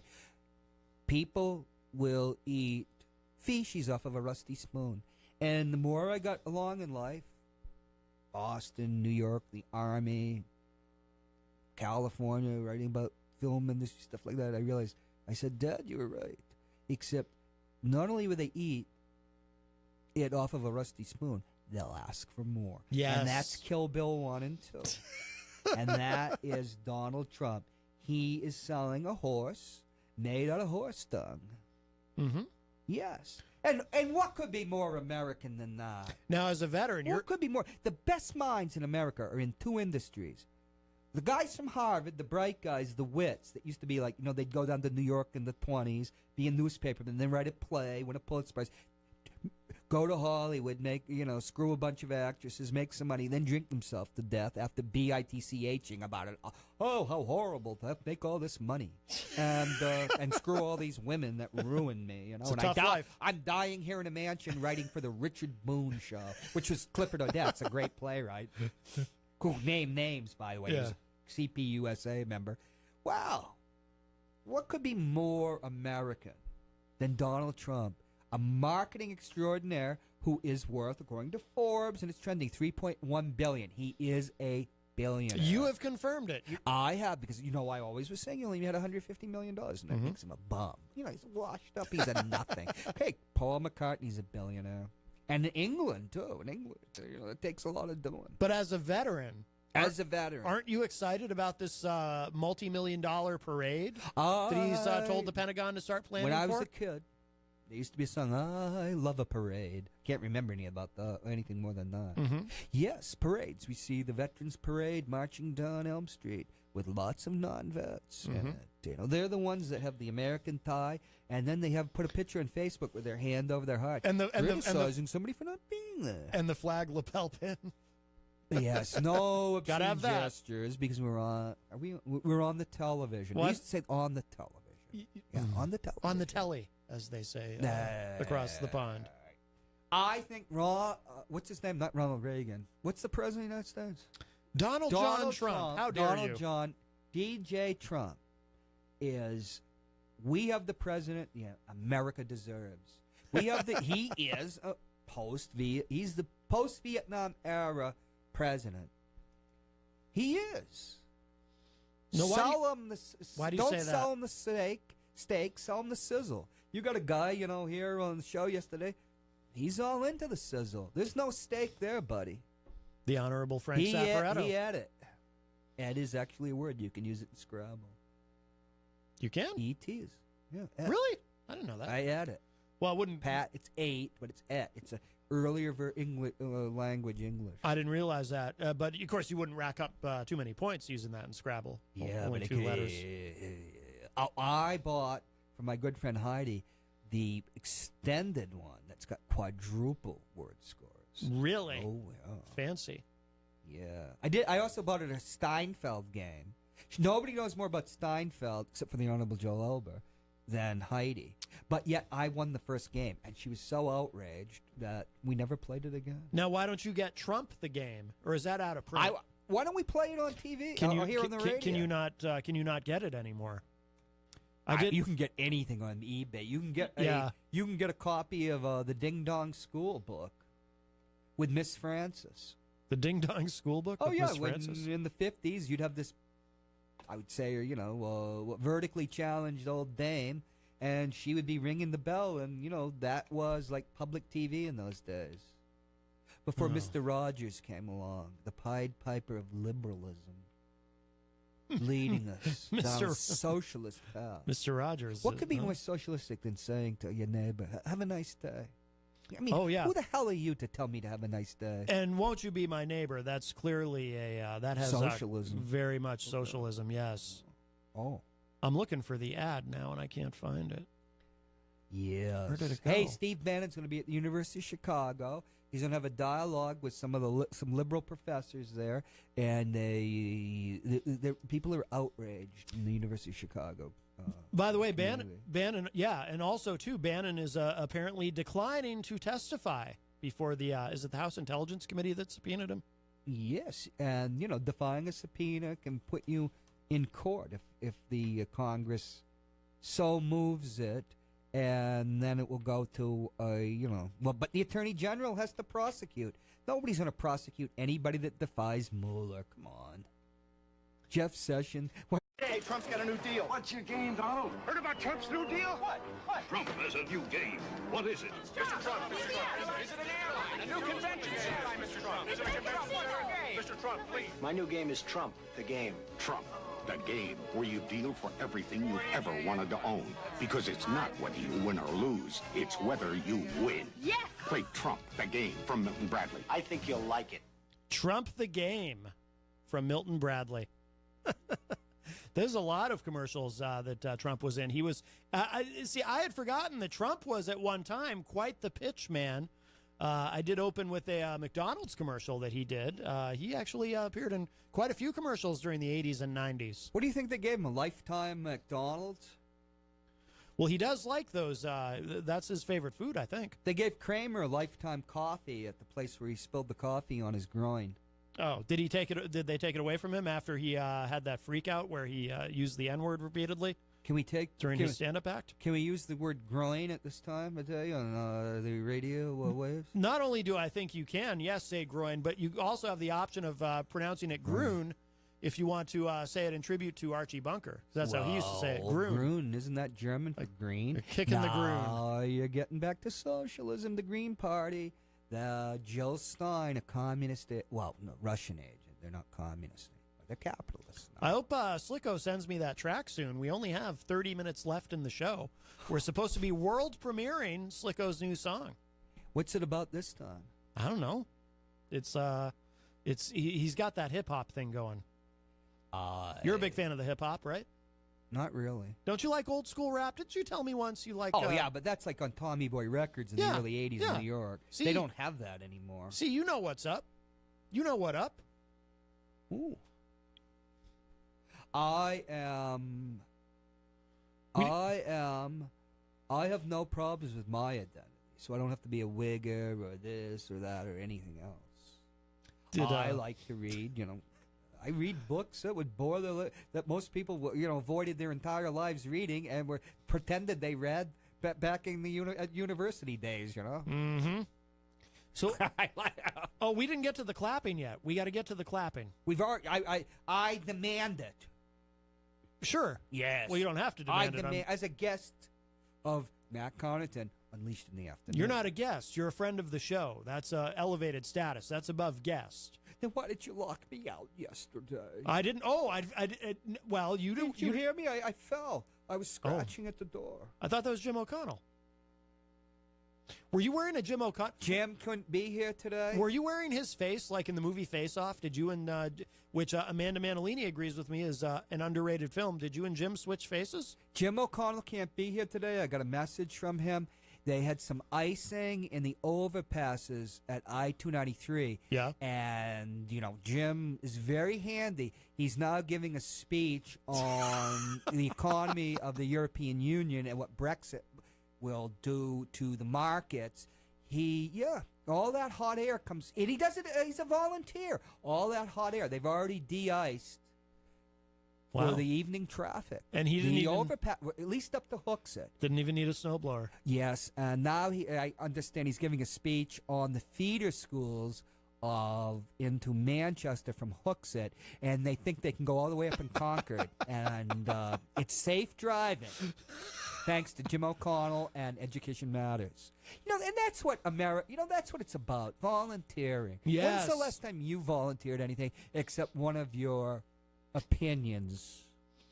I do. I volunteer my opinions. Well, yes. What more could one need? I'm depositing my wisdom out into the world.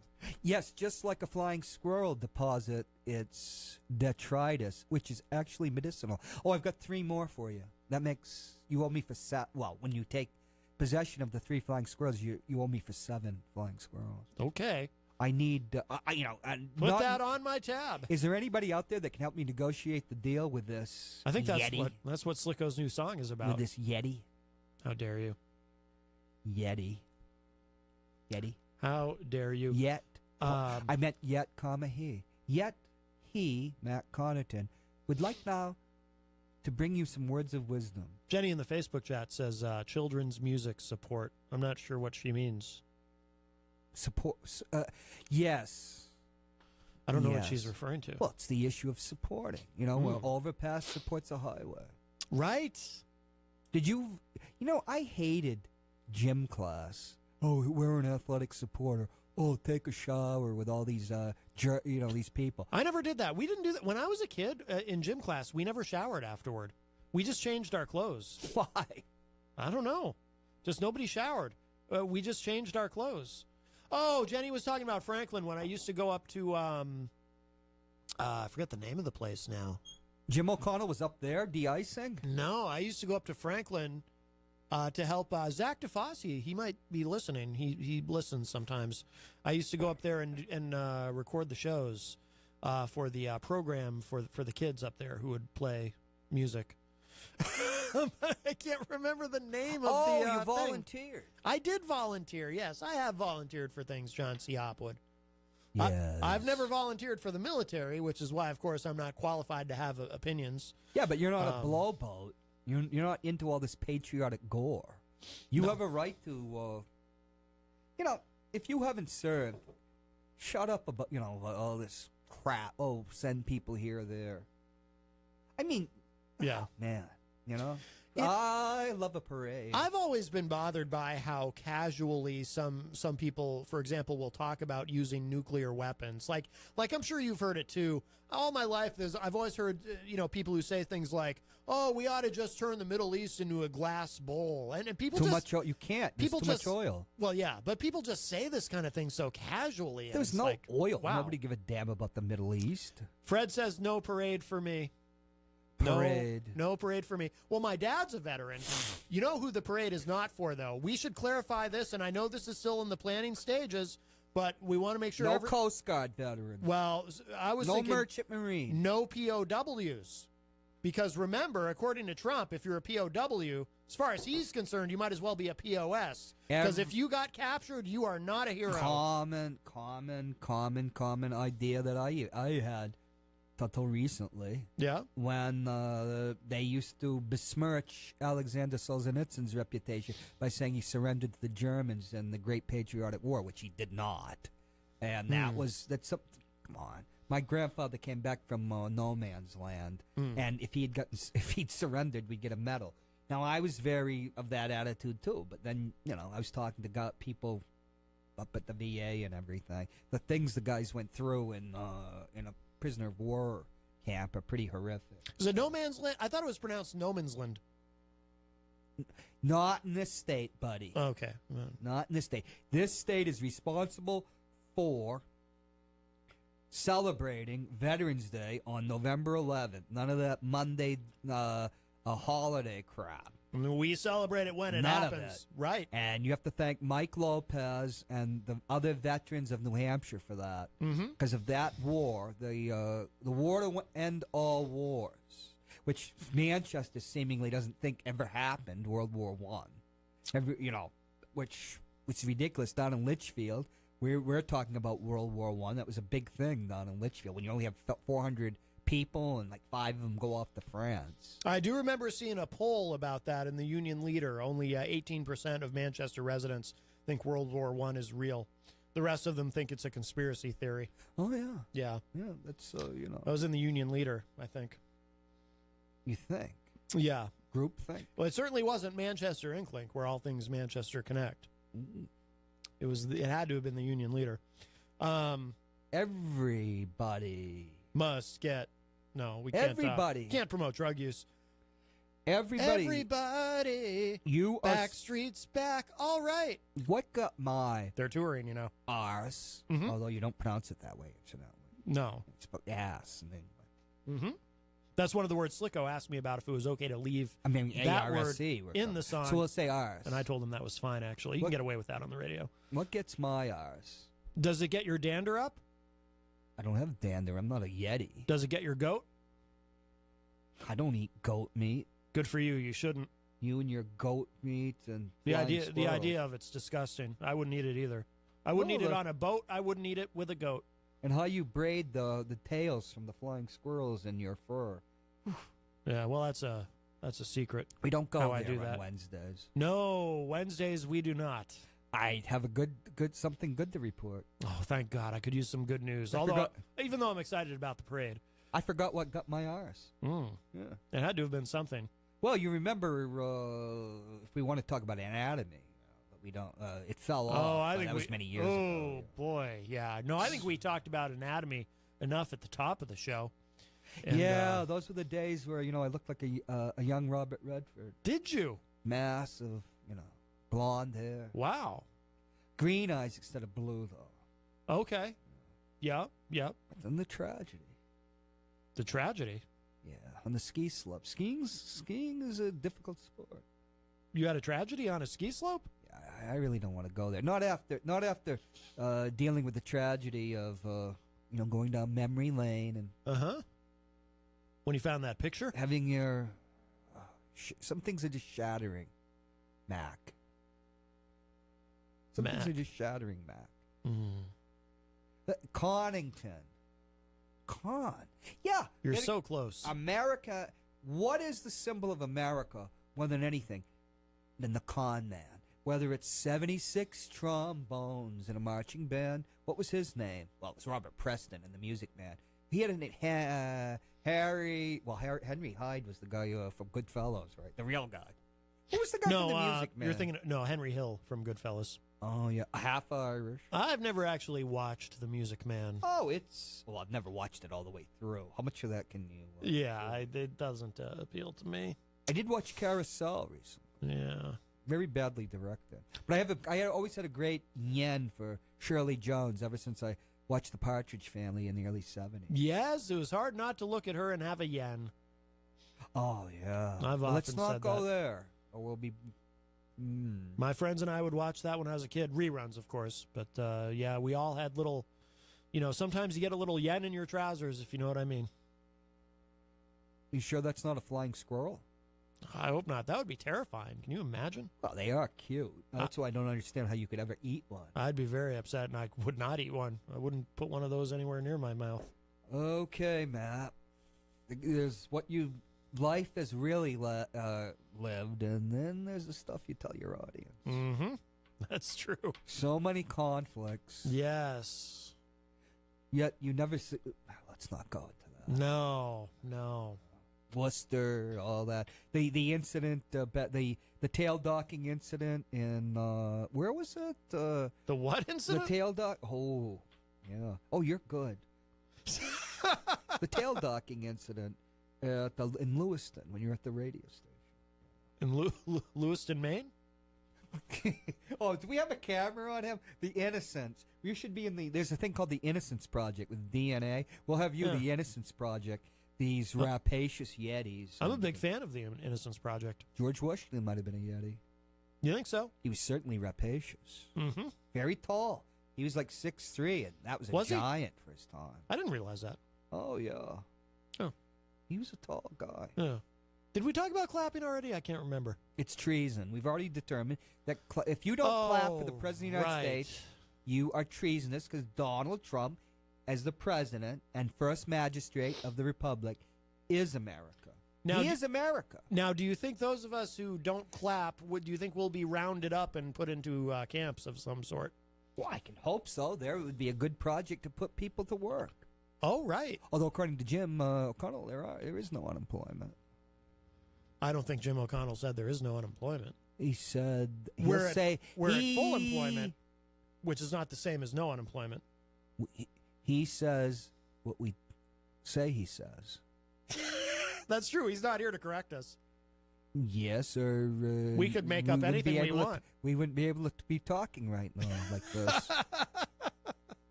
I did think it was quite... you got very upset with him that day.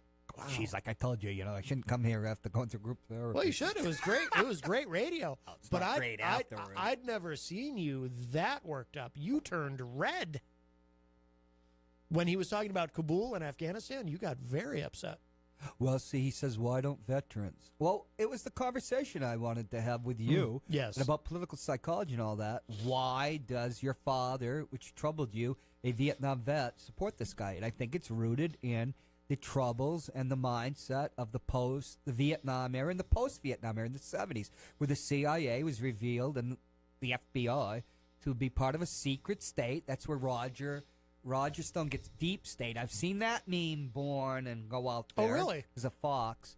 Yeah, and it's there. You go to the Church Report and you'll read about the FBI and the CIA doing very naughty things. Naval intelligence used to spy on Americans. CIA used to spy on Americans. So Roger Stone started that that I'm term, not deep saying he state? started it. Or that's It where starts, he's one of the people that helps bring it up. Okay. Deep state. I don't know who actually brings it up, but Yeah. Roger Stone, it's been when I used to, he doesn't talk to me anymore.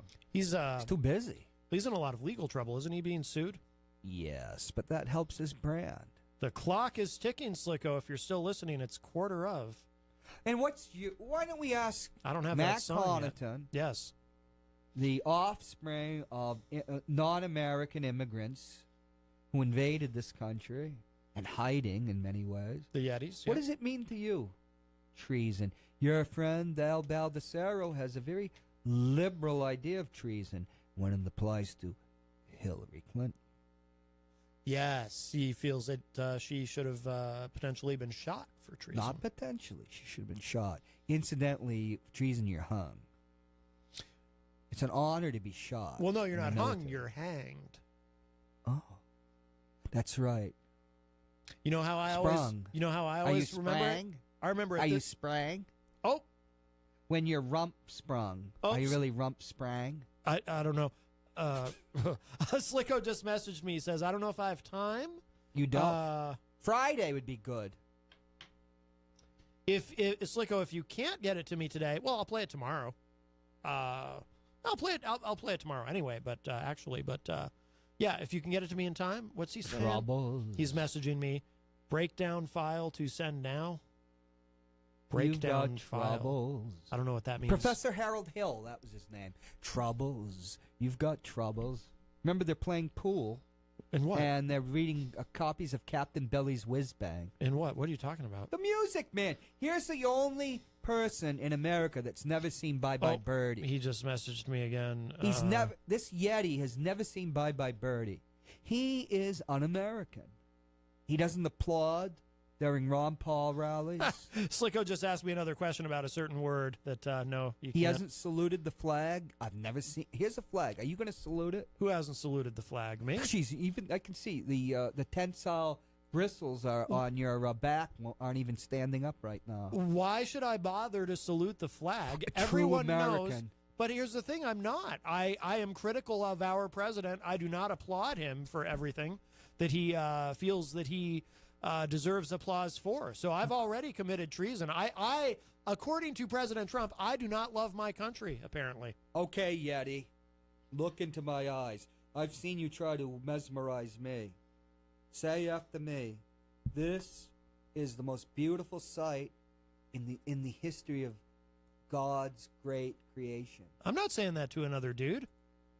Not that there would be anything wrong with that. Oh, you mean you think of flags as a sexual thing, which gets back to the political psychology. You should be getting a lump somewhere, if not in your throat, when the flag goes by in a parade. Oh, yes. Yes, there is, the political psychology that.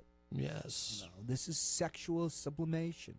Patriotism. But again, I can't be a patriot because I'm a patriot. A patriot. Patriots are a football team. Oh, okay, yes. I can't be a patriot or a patriot because I am critical of our president, and everyone knows. I think Jefferson said it. The true essence of patriotism is compliance and agreement with Donald John Trump. Jefferson was a bit psychic because he was able to see into the future. And what gets my arse That's a direct quote. When they brought John Adams out of the dust heap, and all of a sudden you get John Adams, the book by, his name escapes me now. I got a lot of his books. He used to do narrate PBS stuff. Mm-hmm. Oh, John Adams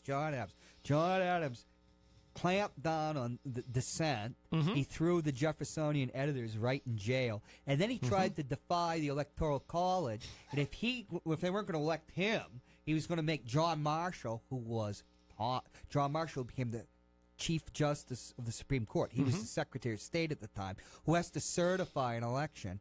He was going to make John Marshall it, who incidentally was Thomas Jefferson's cousin. They hated each other, and the militias of Pennsylvania, Jeffersonian states, were going to march on Washington. In fact, around the Capitol and the then new president's house, there were militias there to pressure Adams and the Federalists that they didn't overturn on that election and give it, they wanted Jefferson to get it. But remember, he tied with his vice presidential candidate, Aaron Burr, because the Constitution was very badly written. Jenny in the oh boy, that's treasonous there. Jenny, I'm clapping. Donald Trump. Yes, is it? It's like West Side Story. I want to come to America, except I'm already here. Yeah.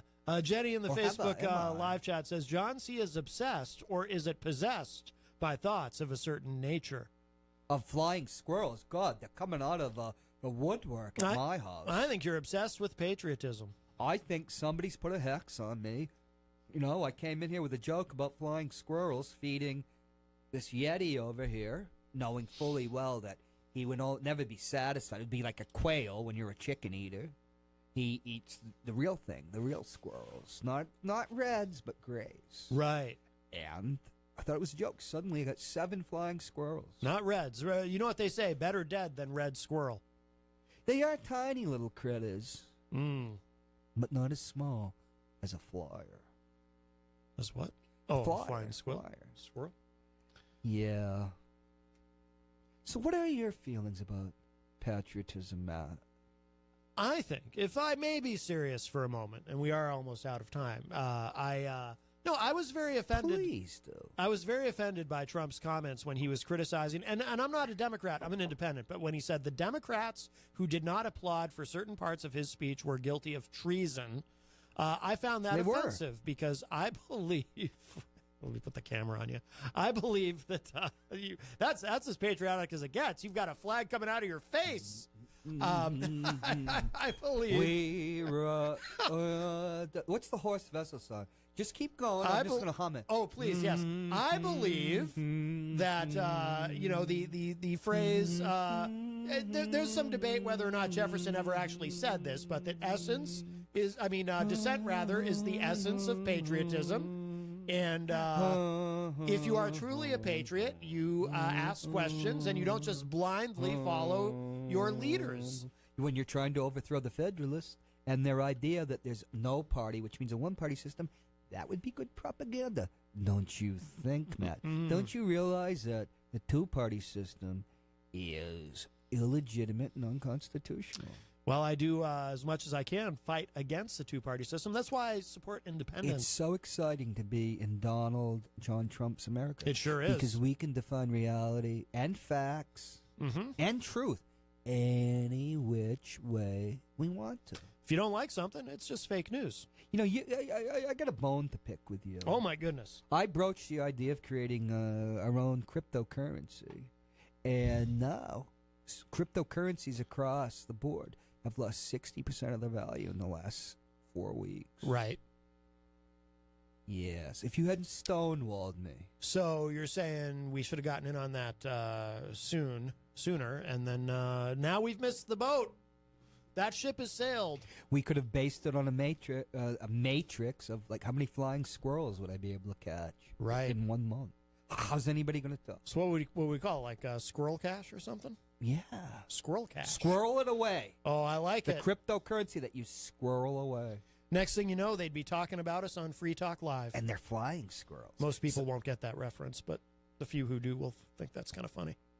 They'll be talking about some what? Free Talk Live, Ian Freeman's show, where they talk a lot about cryptocurrency. Cryptocurrency. It's all the rage. All the cool kids are doing it. Cryptocurrency. Yes. Yeah, they don't usually say it 3 times in a row when they're discussing See how it. But beautiful it is, though? Oh, it does sound nice. You have the squirrel, the flying squirrel, because you squirrel it away, you hide it, but they fly. So we have this tension. I don't remember all the gibberish they used to teach at universities in the 90s. The Foucault and the Derrida and all that crap, that we could actually, we're seeking some type of balance. But, while it's hiding, it's flying, and we can bamboozle who we want. Slicko, if it's not too late, if you could work cryptocurrency into your lyrics of that song. What you refuse to address, and I think you should, is that Donald Trump's popularity is surging. Not surging, but it's buoyant. Yes. It is buoyant. It's buoyant. Well, when you have a segment of the population that will never question anything this man does and is incapable of being disappointed by him in any way. I believe that the Dow Jones went down. It's only down 19 points today. Oh, okay. So it's 24,893. No. Buoyant. The Dow Jones is buoyant, yes. Buoyant. Resilient. He has a buoyant popularity. I can say buoyant as many times as I can until the word popularity pops into my head. Mm-hmm. So 3 times. I think it was. So it takes you 3 buoyants to get to popularity. Yeah, the popularity. That word was popping back into my head. Right. Or my Hade. I enjoy, like. Why would you say it that way? That's Hade, weird. because it's the South. They don't even say that on the BBC. I got a problem with like West Virginia. Oh, that's I probably got a problem with my head. That's probably how Jeff Sessions says it. West Virginia voted for Trump. So did Jeff. Of course Sessions. they did. Yeah. Well, yeah. Jeff Sessions absolutely voted for Trump. The Mueller's going nowhere. Everybody can defy him. Well, that's what I've Screw him. That's what I've been saying. He's not going to. There's no way Trump's going to fire him. Because the Democrats are a bunch of wussies. They're gutless. What do you mean? What is it that you're expecting the Dems to do that they're not doing? Something. Like what? Something in the way she moves. There is a movement to impeach Trump amongst the Democrats, but it's a small cadre of the party who... cadre? Now you're calling them communists. Yeah, they're Democrats. Of course. They did not applaud everything Trump said. They sat on their hands. They're what they really support, John C. Hopwood, I believe, is a new hybrid of communism and Sharia law. Now you're just out there, Well, a true patriot. That's what we had under 8 years of Obama. We lived in a country that was communist and just everywhere Sharia law. It was terrible. I'm going to tell you, a true patriot is like Justice Alito that defied... Justice Alito? Alito, whatever the hell he pronounced his name. I'm an Anglo-Saxon. I'm not from one of the Mediterranean countries. Right. I'm going to tell you, that's a true patriot when he's faced at a State of the Union address with a foreign-born Muslim from the dark continent. He was defiant. Yes. He's a real patriot. That's right. He should have braided flags in his... Do they wear wigs now? They do say, oyez, oyez, when they come in the Supreme Court, which is a Norman French word. Oh. The aristocracy. Well, I hope all our constitution's illegitimate. I hope they stop using that. I hope they stopped using that French word temporarily after 9/11. Oh yeah. Because remember, we're like instead of French fries, we had freedom fries. Remember that? Yeah. Coleslaw. We had freedom slaw. Yeah, I remember that too. I think that was World War I. Those were the days. Yeah, it might have been a little before my time. They changed the name of sauerkraut back in World War I. They did? Americans do this crap all the time now. Yeah. What did they change it to, do you know? I can't really remember. Freedom Kraut? Frankfurters were changed to hot dogs. Oh. Hamburgers persisted, a hamburger. All right, we are almost out of time, so we're going to try to do this quick. Although I don't see the email yet. Slicko just messaged me and said he sent the track. I don't have it yet, though. You should play it on Friday. A luxurious Friday. Well, I'll play dedicated to flippancy. Flippancy is something... Oh, wow. I'm going to have to... Yeah. Flippancy is something we don't have enough of here at WMNH. I mean, you have the morning show. They're flippant. Every now and then, the Yeti here is flippant. Because he's undermining true Americanism and refuses to braid flags in his fur. It didn't go into my spam. Sauerkraut during World War I was renamed Liberty Cabbage. Liberty Cabbage. Think about that the next time you have a Frankfurter with sauerkraut. You have a hot dog with Liberty Cabbage. Jenny in the Facebook live chat says we should have all American burgers tonight. Now that you mention it, LOL. I will not LOL that. Burgers are no laughing matter. We absolutely... I need my protein and my iron. You still have the meat grinder? I don't know if I can get the flying squirrels over there at dawn. for the burgers. Mm.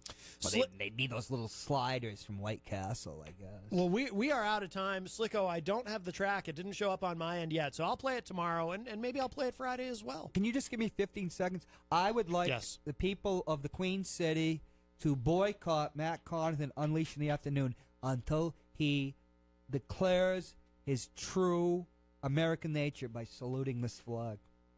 All right. Well, you know what we'll do? I just got flip again. I just got the track. If it'll play, we'll give you a little taste. We're not going to have time for the whole thing. Taste? Yeah, it's 4 minutes long. We're not going to have time for the whole thing, but we'll go out with this. So thank you, John C. Hopwood. What was the C for? Oh, crotchety. Crotchety, yes. Thank you. There it is. Thank you, everybody in the Facebook live chat. Yeah. Oh, there's Salute your flag. I had to turn that. What else is playing? But I'm going to share. Oh, something else is playing. I think you want to listen to it before you put it over. I'm trying to do too many things at once. All right, we are going to save it for tomorrow, Slicko. I'm sorry, because something else is playing here. My country, 'tis of thee. There's a window open somewhere. Sweet land of liberty, of thee I sing. Isn't that our national anthem? Yeah, kind of. Land where my actual fathers, land of thy pilgrim's pride, and to hell with Yale University for chiseling the pilgrim of. From every side or west side, let freedom ring. All right, we're out of time. Thanks, everybody. Ding dong.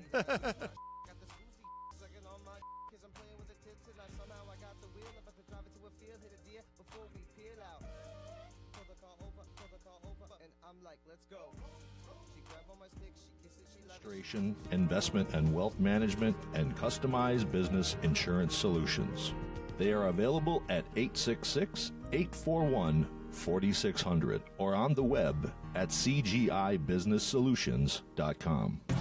You are listening to WMNHLP, Manchester's radio, broadcasting at 95.3 megahertz frequency modulation from the top of 1000 Elm Street.